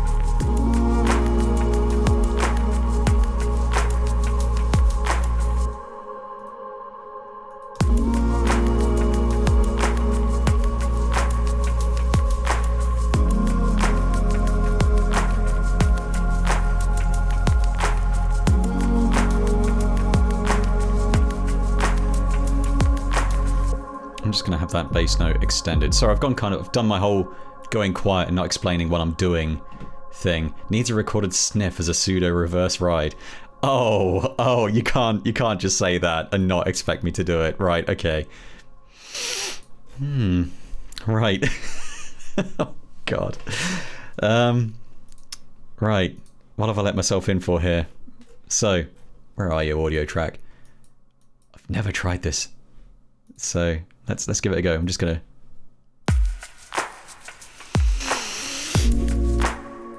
Right, let's whack that up an octave.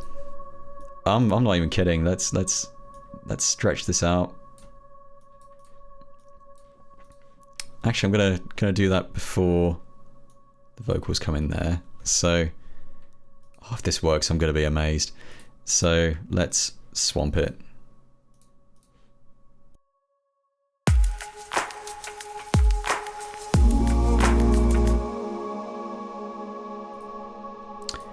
Stretch that sniff. Right, let's go for it, right.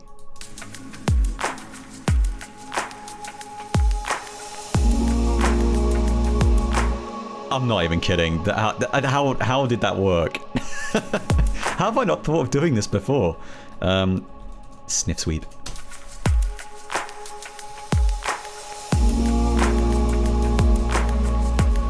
Oh, I love it. Scratch and sniff. I'm not calling it scratch and sniff.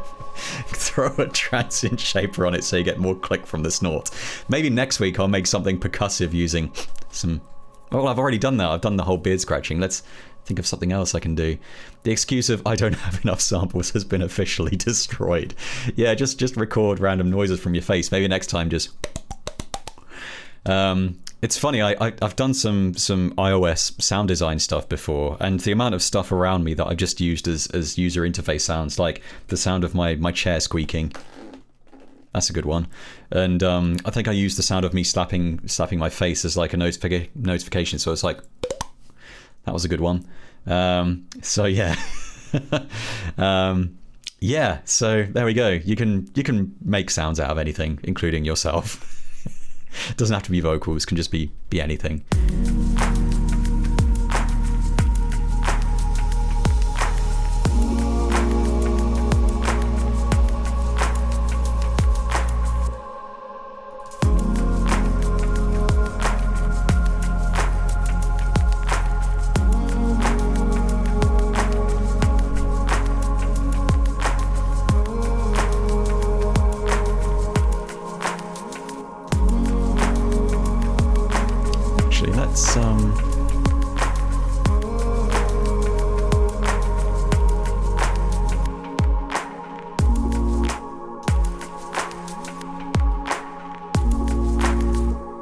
Let's have just a little break there.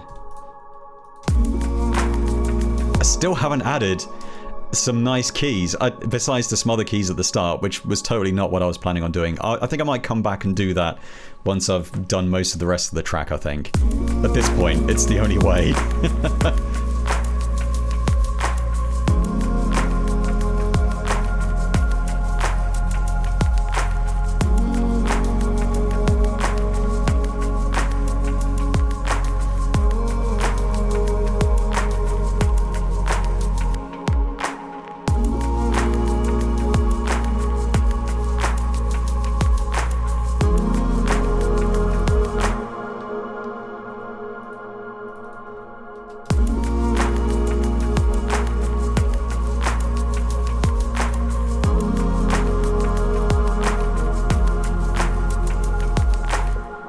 What that sounds like. I'm just going to call that vocal wash, because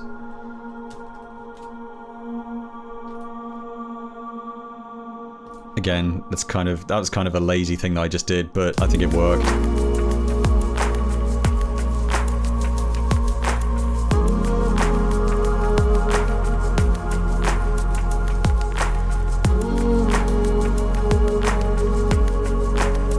Actually, no, I think that distracts from the higher vocals that come in here.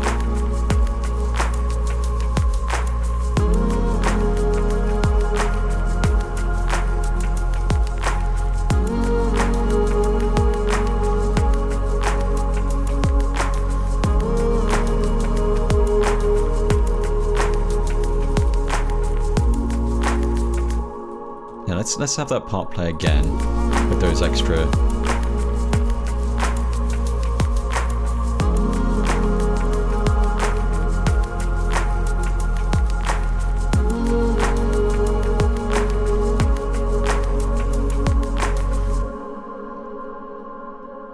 I think I might play something completely different here. Yeah, so let's throw in a G sharp there. So, I'm gonna go back here, and actually no, I'm not. I'm gonna go over here and just draw in a single G sharp here, and I'm gonna cheat, and I'm gonna use. Oh, it's the wrong channel.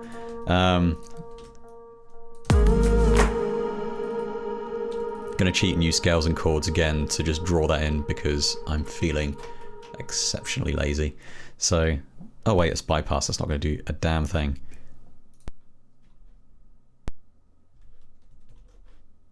Has that done anything? No, that's done nothing. Well, that is a pickle.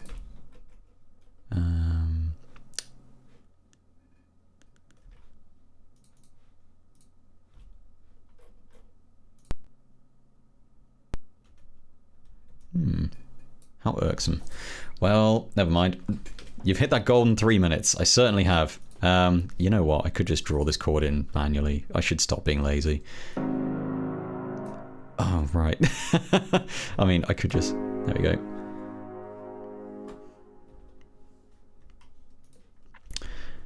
Let's turn that off.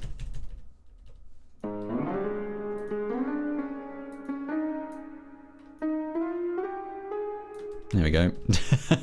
I don't know why I was messing around with the player when I could have just done that.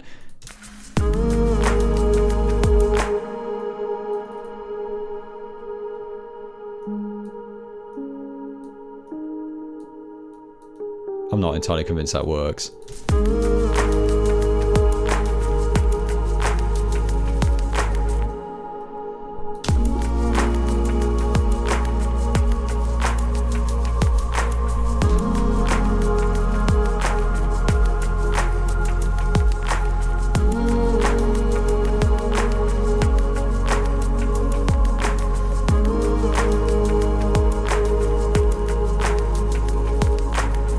Yeah, nice kind of uplifting lift at the end. So I'm just going to listen to what I've got so far, and I will come back and add some dreamy bleeps.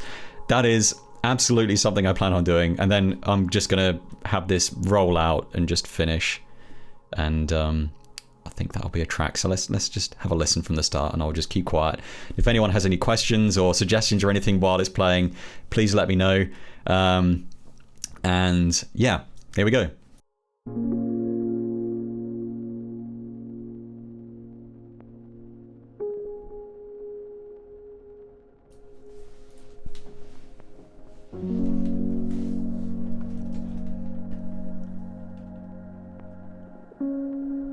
I really like that grain texture at the start. That was incredibly lucky. In fact, I might give that a bit of a bump.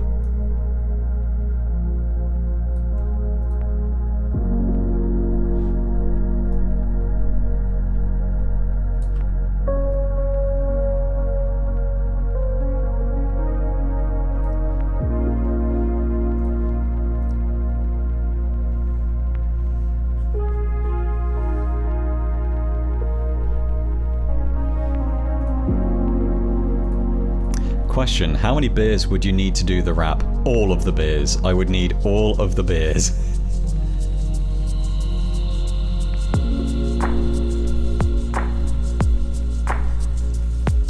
Is there a reason you use repeated instances of reverb rather than a master verb? I'll come back to that once the track finishes playing. That is a great question.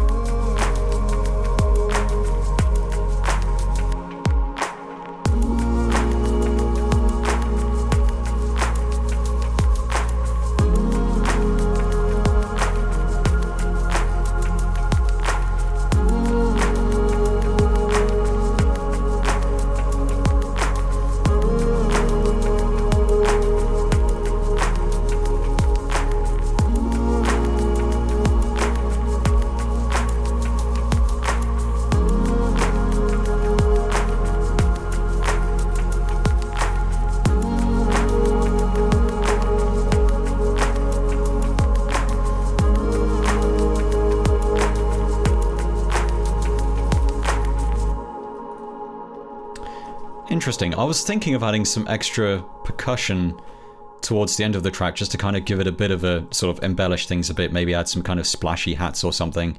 But I feel like I quite like the fact this kind of nice rolling, gentle percussion.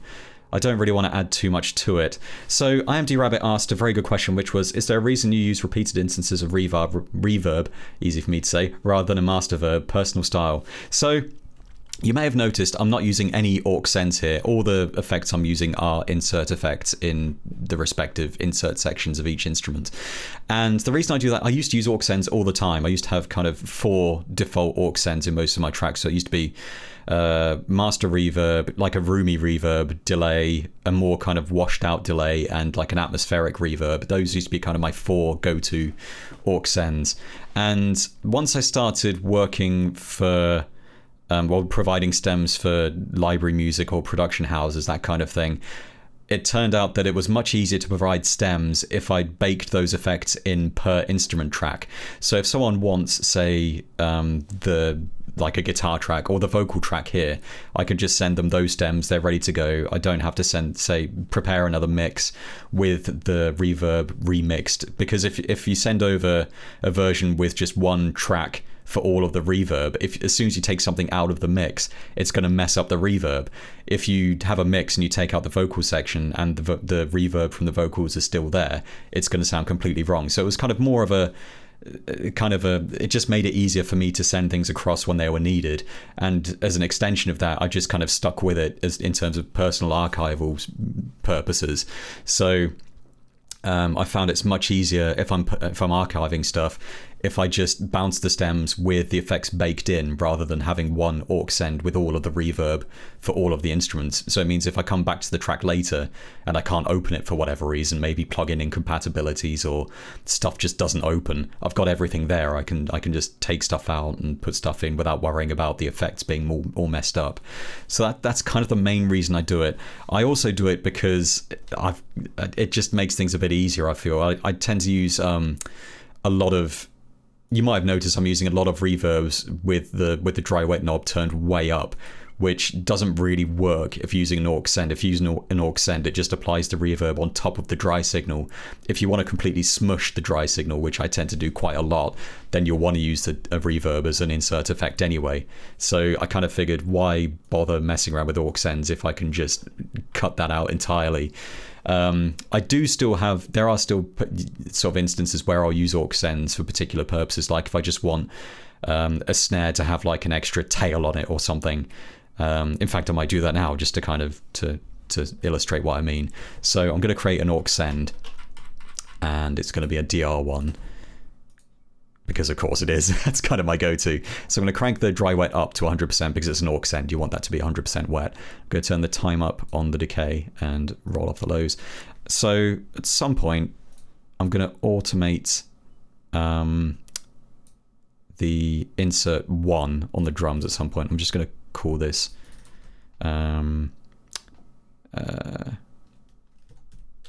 embellish. Reverb embellishment. Reverb embellish. There we go. So I'm just going to automate that to come in at a certain point. So maybe before everything drops out for a little bit, that might be nice.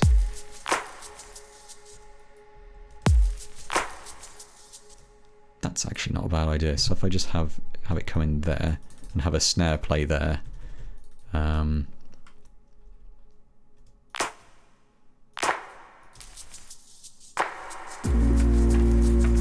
So get that nice tail on the snare there.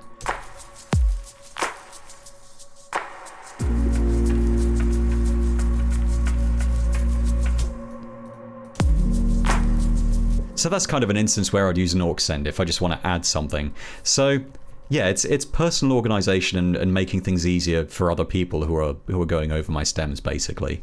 So the upshot of that is, for the past couple of years since I've started doing this, all of my stems are incredibly well organized.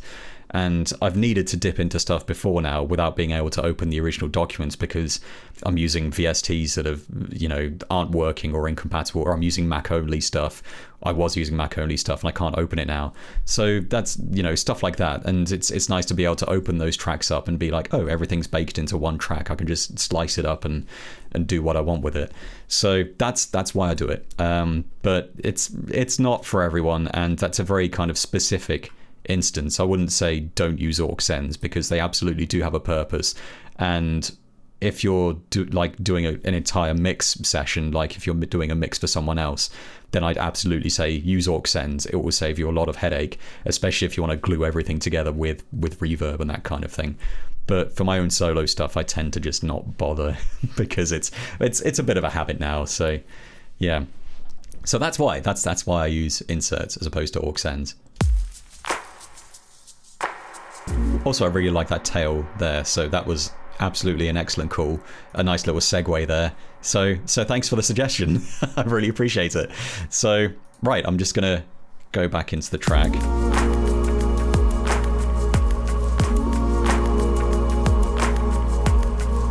And I might...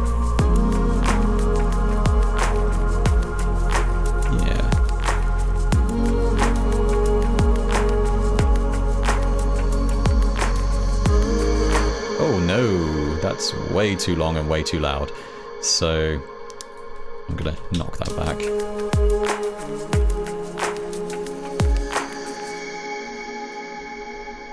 That's still quite loud. I'm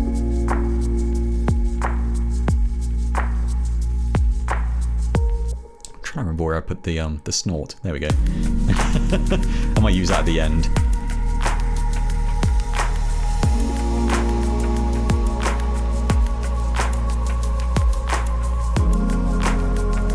So after this, I think I'm just going to have the same chords repeating and just let everything roll out naturally. So I'm just going to take those, stretch that out, and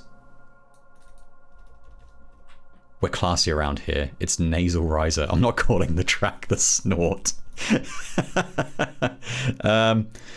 I liked the there was an idea earlier, and I really wish I'd written it down because it sounded great. If anyone in the chat can remember what it was, please let me know. It was when we were talking about summary with a hint of darkness, but less lame. Someone said something really cool, and I wish I'd written it down.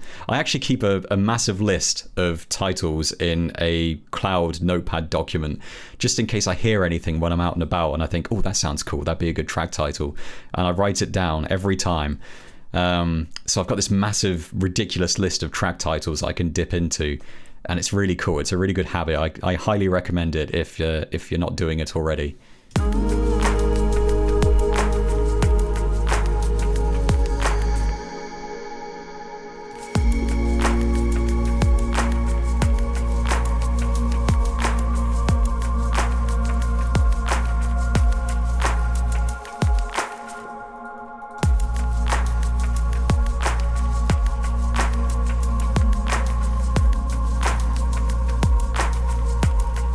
Yeah, here comes the snort.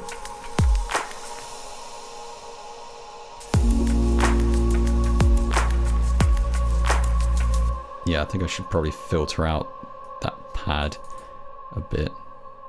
So yeah, I'm basically wrapping things up now. I still haven't added those dreamy blips. I bloody will.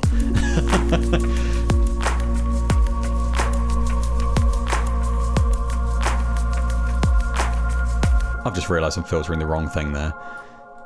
So let's try this one again. I might bring that texture back though at the end. Have that filter in again.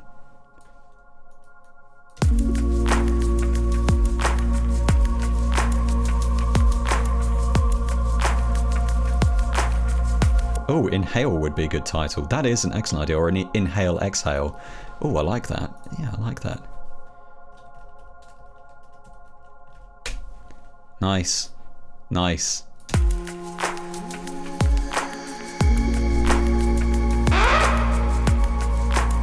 Ah, beat you to it.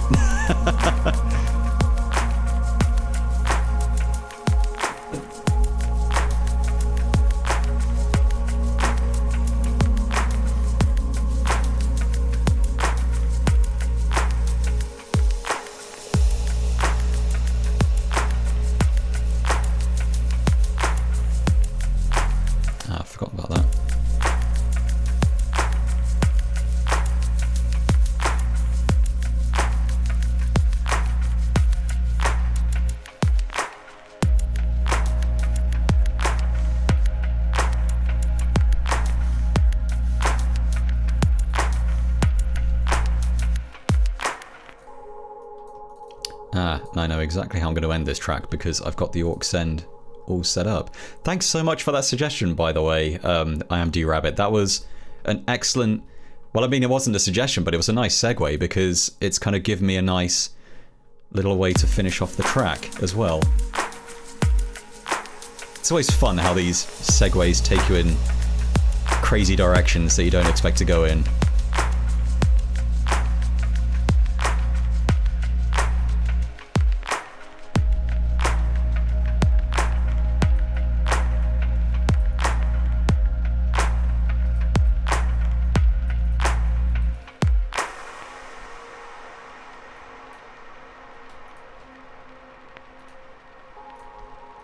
So I'm just going to have that vinyl fade out.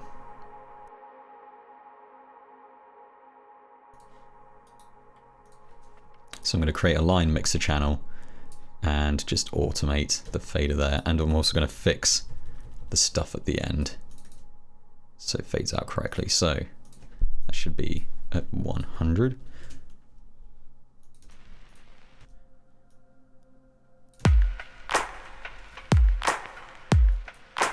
So if I just extend everything there.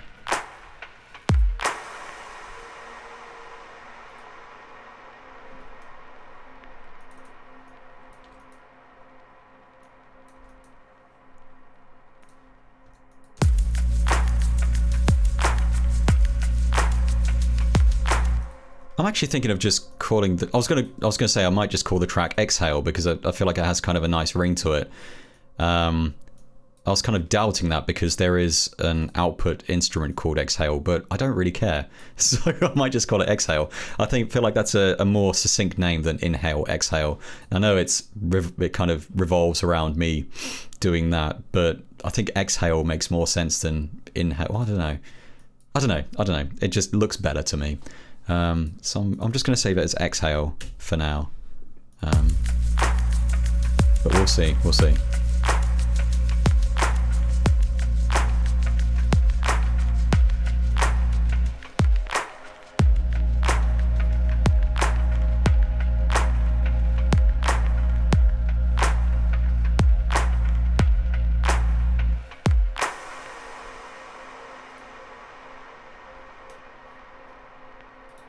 So let's have the drums filter out at the end. Oh, that's right, it's an aux send, so that's not going to work. Again, it's another reason to use aux sends, or inserts rather. But I could just... Actually, no, I want that to filter out, so I could hook that up to a separate mix channel, and that's exactly... Nah, it just feels a bit lazy. I'll just use a ECF. Have the reverb go into there and just roll that off at the end of the track, and here we go.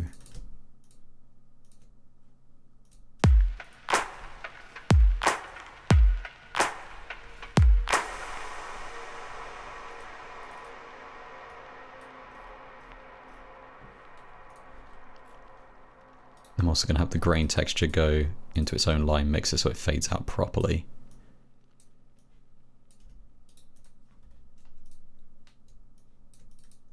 So, in theory, that should all fade out correctly. So, let's add these dreamy blips.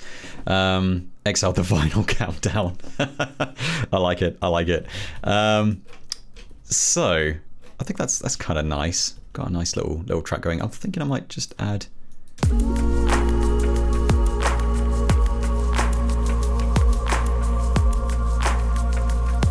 Just have those little vocal bits at the end.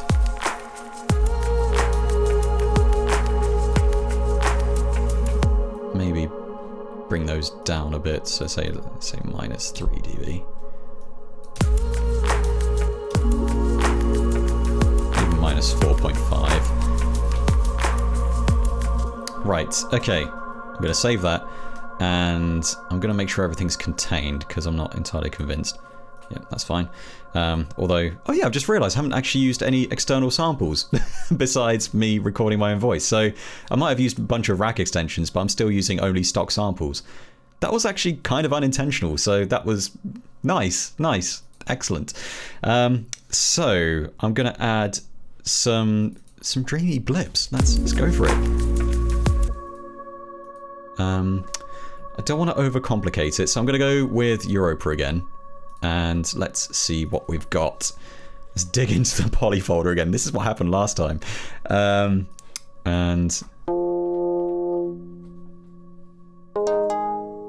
it's a bit too plucky.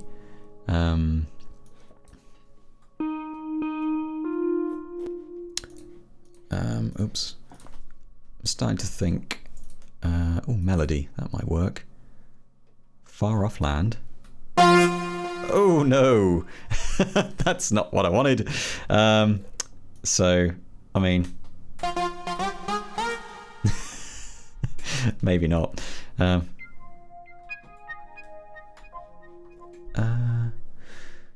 have a look.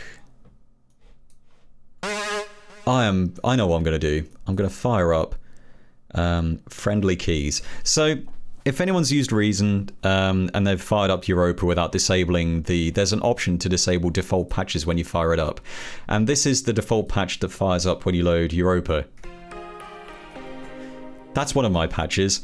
It seemed like someone asked a question on the Reason Talk forums relatively recently about which default patches do you hate the most? And lots of people said friendly keys.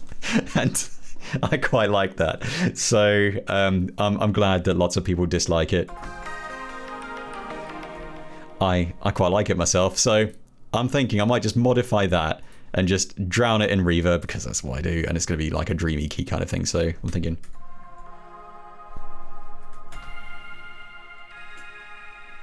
something like that, but I might change the oscillator one, because I think that's what's doing most of the work here. Oh no, I tell a lie, that's doing... it's oscillator 2 that's doing most of the work. Oh, because it's a user wave. So, I'm gonna replace that with... no, not a copper strong. Let's go with...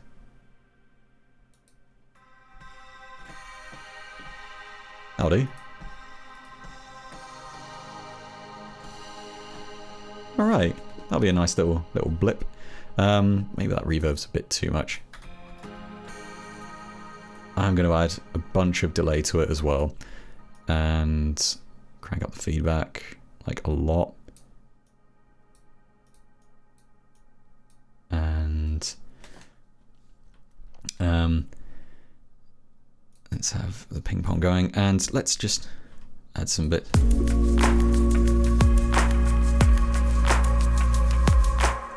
Right, okay.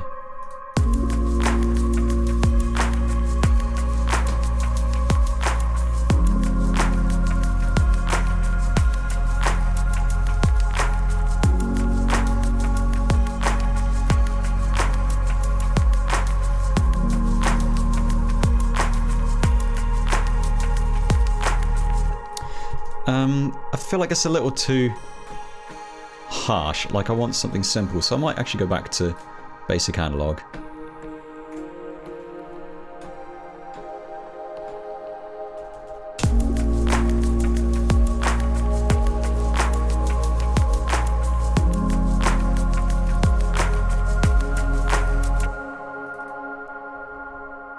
That note doesn't sound right to me.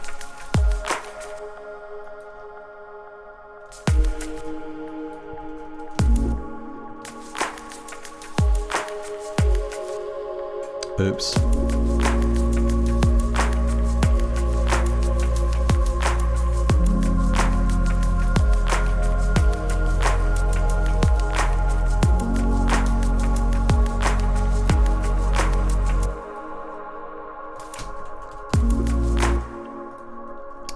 What I might do is create another note lane and transpose that up one octave. And I'm going to use the Groove Mixer to introduce some timing variance on that, so it kind of sounds a little off. So I'm going to just listen to that.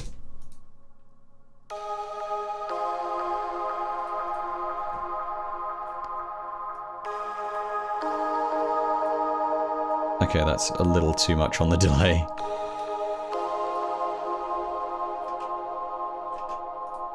So in this instance, I felt like there was too much going on in the lows with the delay. So I've enabled the insert pre here, so the insert section is being modified by that particular SSL mix channel.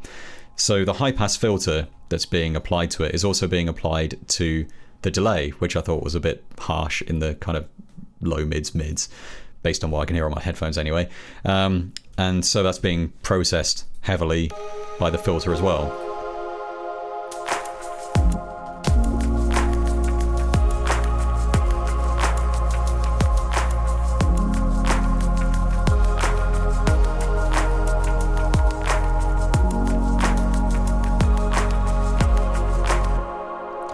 So there we go. I think I'm gonna leave that and just have that come in at certain points.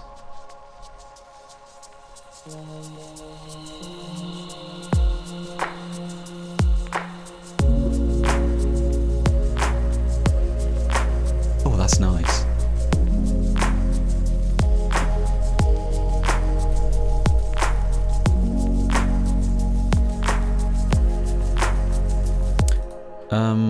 I'm thinking, do I quantize it or do I not? Because I quite like the sort of loose feel to it, but I think it's a bit too much. I'm going to quantize it. And maybe...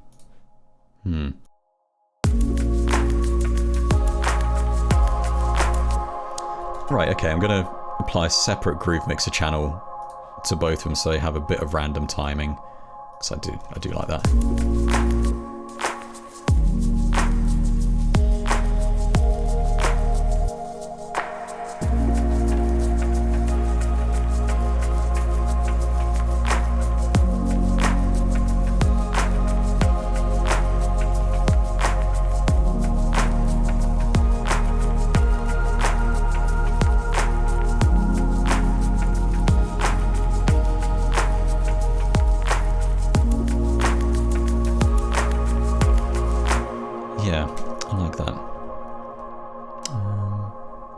Right. Yeah, so we managed to get those kind of those dreamy blips in.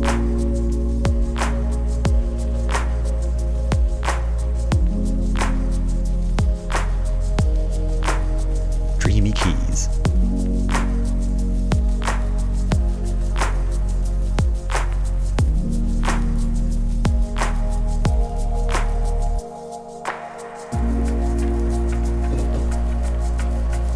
Actually, I don't think that snare reverb works at all there, so I'm going to take that out and save it for the end.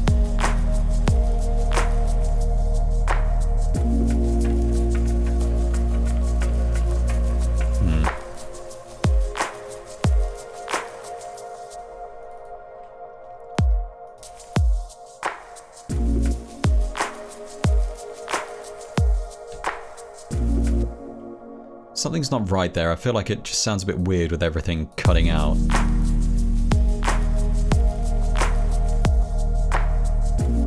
Maybe if it just cuts out... Oh, I don't know.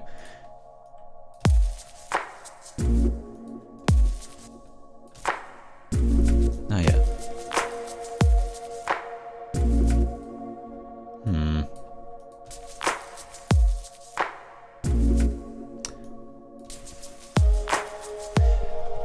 I've entered the zone where I'm obsessing over little details that don't really matter that much, so what I'm going to do now is stop doing that.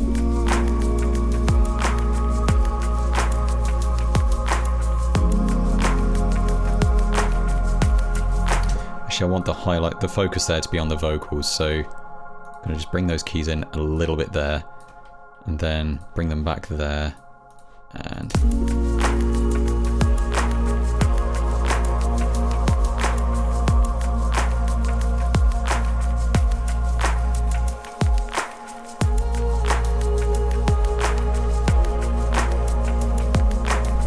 I might actually crank up the feedback on the delay right at the end there on the keys.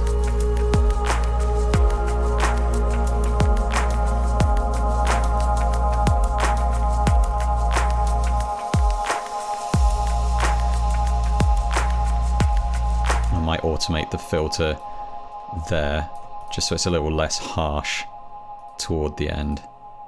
Bring that back up, right.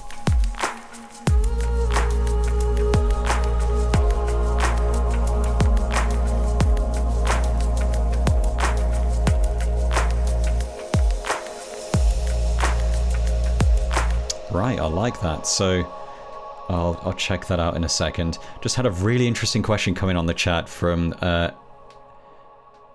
EDM Android and EDM Android. Sorry if I'm mispronouncing that. Hey Adfielding, what would you say your genre is? That's a really interesting question, and I'm going to defer to Cell Dweller here, who describes himself as, well, Clayton of Cell Dweller, who describes himself as a jack of all trades and a master of none, which I think that kind of describes my genre attribution as well. Like I'd say a lot of the stuff I write is kind of has lots of sort of big atmospheric stuff. So I'd say kind of like I tend to focus more on the down tempo side of things, but I'm not averse to experimenting with higher tempo stuff like drum and bass and breaks and that kind of thing. But a lot of the stuff I'm doing now, like I've just recently finished a post-rock track, which was instrumental post-rock, and it's kind of very intense and very loud, and I'm really happy with how that turned out. The track I'm working on at the moment is kind of I guess I'd describe it as like a cinematic synth pop kind of thing. It's a very poppy structure, kind of similar sort of vibe to this, but with there's orchestral elements and guitars over the top. And I need to record some vocals at some point, which is something I haven't done for a while. So that'll be interesting. So yeah, I don't really know. I used to describe my stuff as sort of dancey, kind of like electronic music, down-tempo electronic music with kind of a dancey vibe and a bit of a synth pop flair. And I guess that's still kind of true, but I don't know. I'm really bad at describing myself. So that's a really good question, and I really should give it some more thought, because I'm a bit scattershot and all over the place at the moment. So it's interesting because I feel like I tend to kind of dip all over the place when it comes to genres, but I do feel like the stuff that I write now it's like I feel like I have a sound, which I think is really important, and that's something that you just have to develop on your own. Basically, it's something that one day I realized I was writing a bunch of tunes and I was like, oh, I've got a sound. They all kind of fit together. So that's really interesting. Unfortunately, I don't really have any suggestions for kind of where to go in terms of genres or what would work with certain production companies or houses or licensing houses or anything like that. You've just kind of got to figure that out on your own and figure out what works for you and what people are using. So I'm afraid I'm not going to be much use there. But anyway, I'm getting a little sidetracked. So I'm going to just play this track from start to finish and inevitably tweak a couple of things. I feel like it's coming along, and I'm going to change the name back to Inhale because I think that was more appropriate. So I've got several versions of this track here. I do think Inhale works better. I like Exhale, but Inhale, I think it's more fitting in terms of the mood, and yeah, I think that's good. So AMD Rabbit, just make lo-fi hip-hop to do the dishes and pet the cat too. I mean, I should. I'm thinking of those tens of dollars I could be making. Screw this whole cinematic production music trailery stuff. You know, just make lo-fi hip-hop. Anyway, I'm just going to play this from start to finish, and feel free to ask me questions or give me suggestions or anything in the chat, and I'll see if I need to tweak anything after. So yeah, here we go.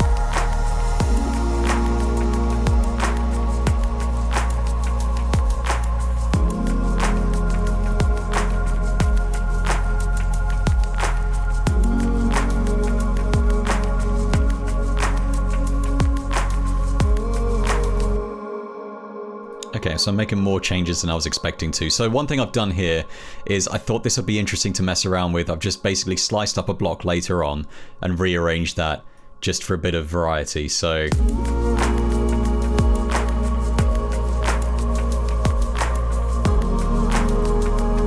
yeah, that works. That was kind of a sort of spur of the moment thing. But one thing I really wanted, well, I wanted to change the keys at the start because they came in and I wanted them to be a bit more sparse in this section. Just tease them in there.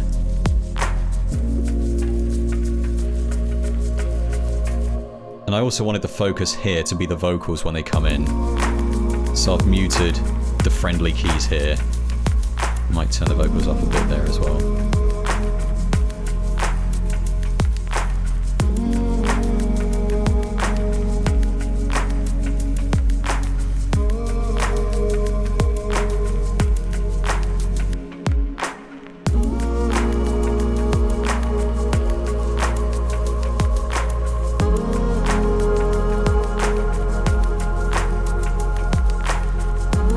Right, okay, I think that works. So I'm going to come back to that in a second and play it from start to finish and wrap this up because I think we're pretty much at the point where I should be wrapping this up. There's some really interesting questions in the chat which I really want to come to. So Buskin Bills has asked, what's the average time it takes for something you've uploaded to a library before it starts to make money? Honestly, years. It will take me at least 1 year before I start seeing any money, any revenue from something that's been placed in a library from the back end at least, which is why I prefer working for libraries that pay me upfront as well as provide me with some of the back end, because I get a payday and, you know, I need money to eat. It's very much a speculative game, and it was when I first started as well. I was in a very fortunate position where I had a load of music that wasn't doing anything, so I sent it to a bunch of libraries and they kind of did their thing. I wasn't relying on it for my income. You know, years later when I finished university, stuff started rolling, you know, stuff started getting placed. I started seeing some money coming in and, you know, placements started rolling in. And that was, you know, when I realized, oh, this is pretty solid, and the timing was perfect, really. So, just a follow-up question, could you recommend a library? Unfortunately not. All the non-exclusive libraries I used to use when I first started out, they don't really exist anymore. Like, I used to use Pump Audio and I had a bunch of placements with them. Then they shifted their cut to 65% to them, 35% to the artist, which is awful. And then they became Getty Music, and then the Getty Music portal closed recently, so that's finished kaput. I had some placements through another company called Music Dealers, and they've been in a state of limbo for a while now. I have no idea what's going on there, which is a shame because I had my first really big placement through them. But most of the people I work with now are exclusive libraries, so anything I write for them is for them. I can't do anything else with it. They own the rights to it. So it's, you know, I prefer to get paid up front for that stuff because I can't do anything with the music I'm writing besides provide it to them. So I get paid for that, and then I get some of the back end if they use it. So it's in their best interest for me, you know, to allow me to write music that works for them, because, you know, they're not going to get paid unless it gets placed, and, you know, that makes sense. So I think it's, at this point for me, it's like I've fostered some relationships with libraries that I absolutely trust implicitly, and I think that's quite important. When you're first starting out, I'd say kind of a more scattershot approach with non-exclusive libraries is the way to go, and it's kind of a bit of a numbers game. You need to have lots and lots of music ready to go. I remember seeing a while ago someone suggested something like you need to have 100 tracks ready to go, which seemed absolutely crazy at the time. But I'd say that's probably not far off the mark, to be honest. You need a lot of music to get going, and once you get going, then you can start experimenting with exclusive libraries, but it takes a long time. So yeah, it's a lot of luck, and I'd say, I mean, for me, I much prefer working for, you know, for production libraries who pay me up front and just let me do my thing and provide them with the music, and that's it. And anything on the back of that is a bonus, really. So yeah, it's an interesting one. I really want to get back into doing some more trailer stuff, because that's a lot of fun, and it's also it's super rewarding when you see that stuff get placed, because it's like, oh, my music's in a trailer, that's awesome. But yeah, that's a whole other thing. So EDM Android has said, I'd love to just sit down in a voice call and pick your brain about music production. You're honestly my favorite reason user and one of my favorite artists. That's really nice of you to say. Thank you very much. I mean, I'm going to be doing another Q&A session in a few weeks or so, I reckon. So if you have any questions, like I'm always kicking around on Reason Talk or Facebook or Twitter or whatever. So if you have any questions, just feel free to reach out and get in touch. I like answering questions, as I'm sure a couple of people can attest to. If I answer a question, I tend to kind of just go into it and ramble quite a lot because I really like this stuff. So yeah. So anyway, I'm just gonna sort of pause there on the questions and play what I've got, and I think this is it. So this is Inhale.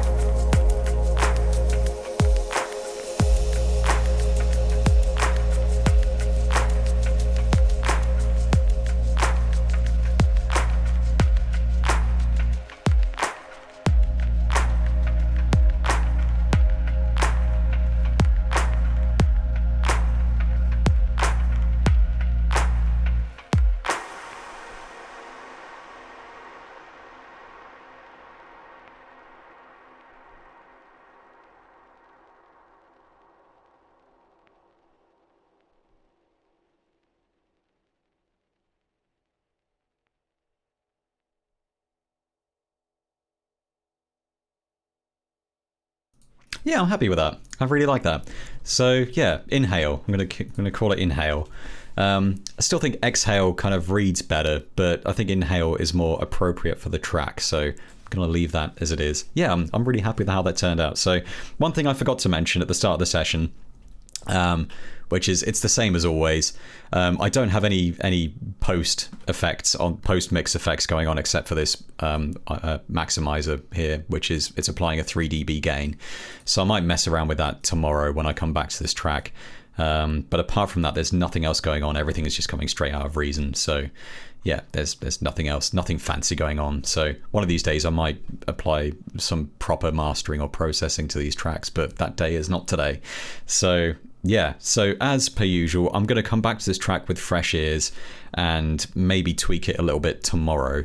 And then in a future stream, I'll talk about the things that I've changed, and I'll keep that on Twitch. I probably won't archive it on YouTube this time. I might do that in the future, but for now, yeah, I'm happy with how that turned out. So if you're watching on Twitch, then stick around for a little bit and I'll answer any questions. I'll stick around for an extra 10 minutes or so. But if you're watching on YouTube, that is the entirety of this stream. Thank you so much for watching to the end. You're legend. And I hope you'll join me next time when I write another track. I'm going to be writing another track next week, next Thursday. And I'll probably have another kind of retrospective Q&A thing the week after, I think. Or am I getting mixed up? Oh no, I've got another. I'll do another 2, I think. Just ignore me. Just stick to my look on my Twitter feed. I'll probably explain things there. Anyway, yeah, thanks so much for joining me and choosing to spend your time with me. If you're on Twitch, you're awesome for sticking with me this long. And yeah, I'll be back next Thursday doing the same thing again, making a 2 from scratch. But for now, I'm gonna love you and leave you, and see you next time. Cheers. Thanks so much, and bye bye.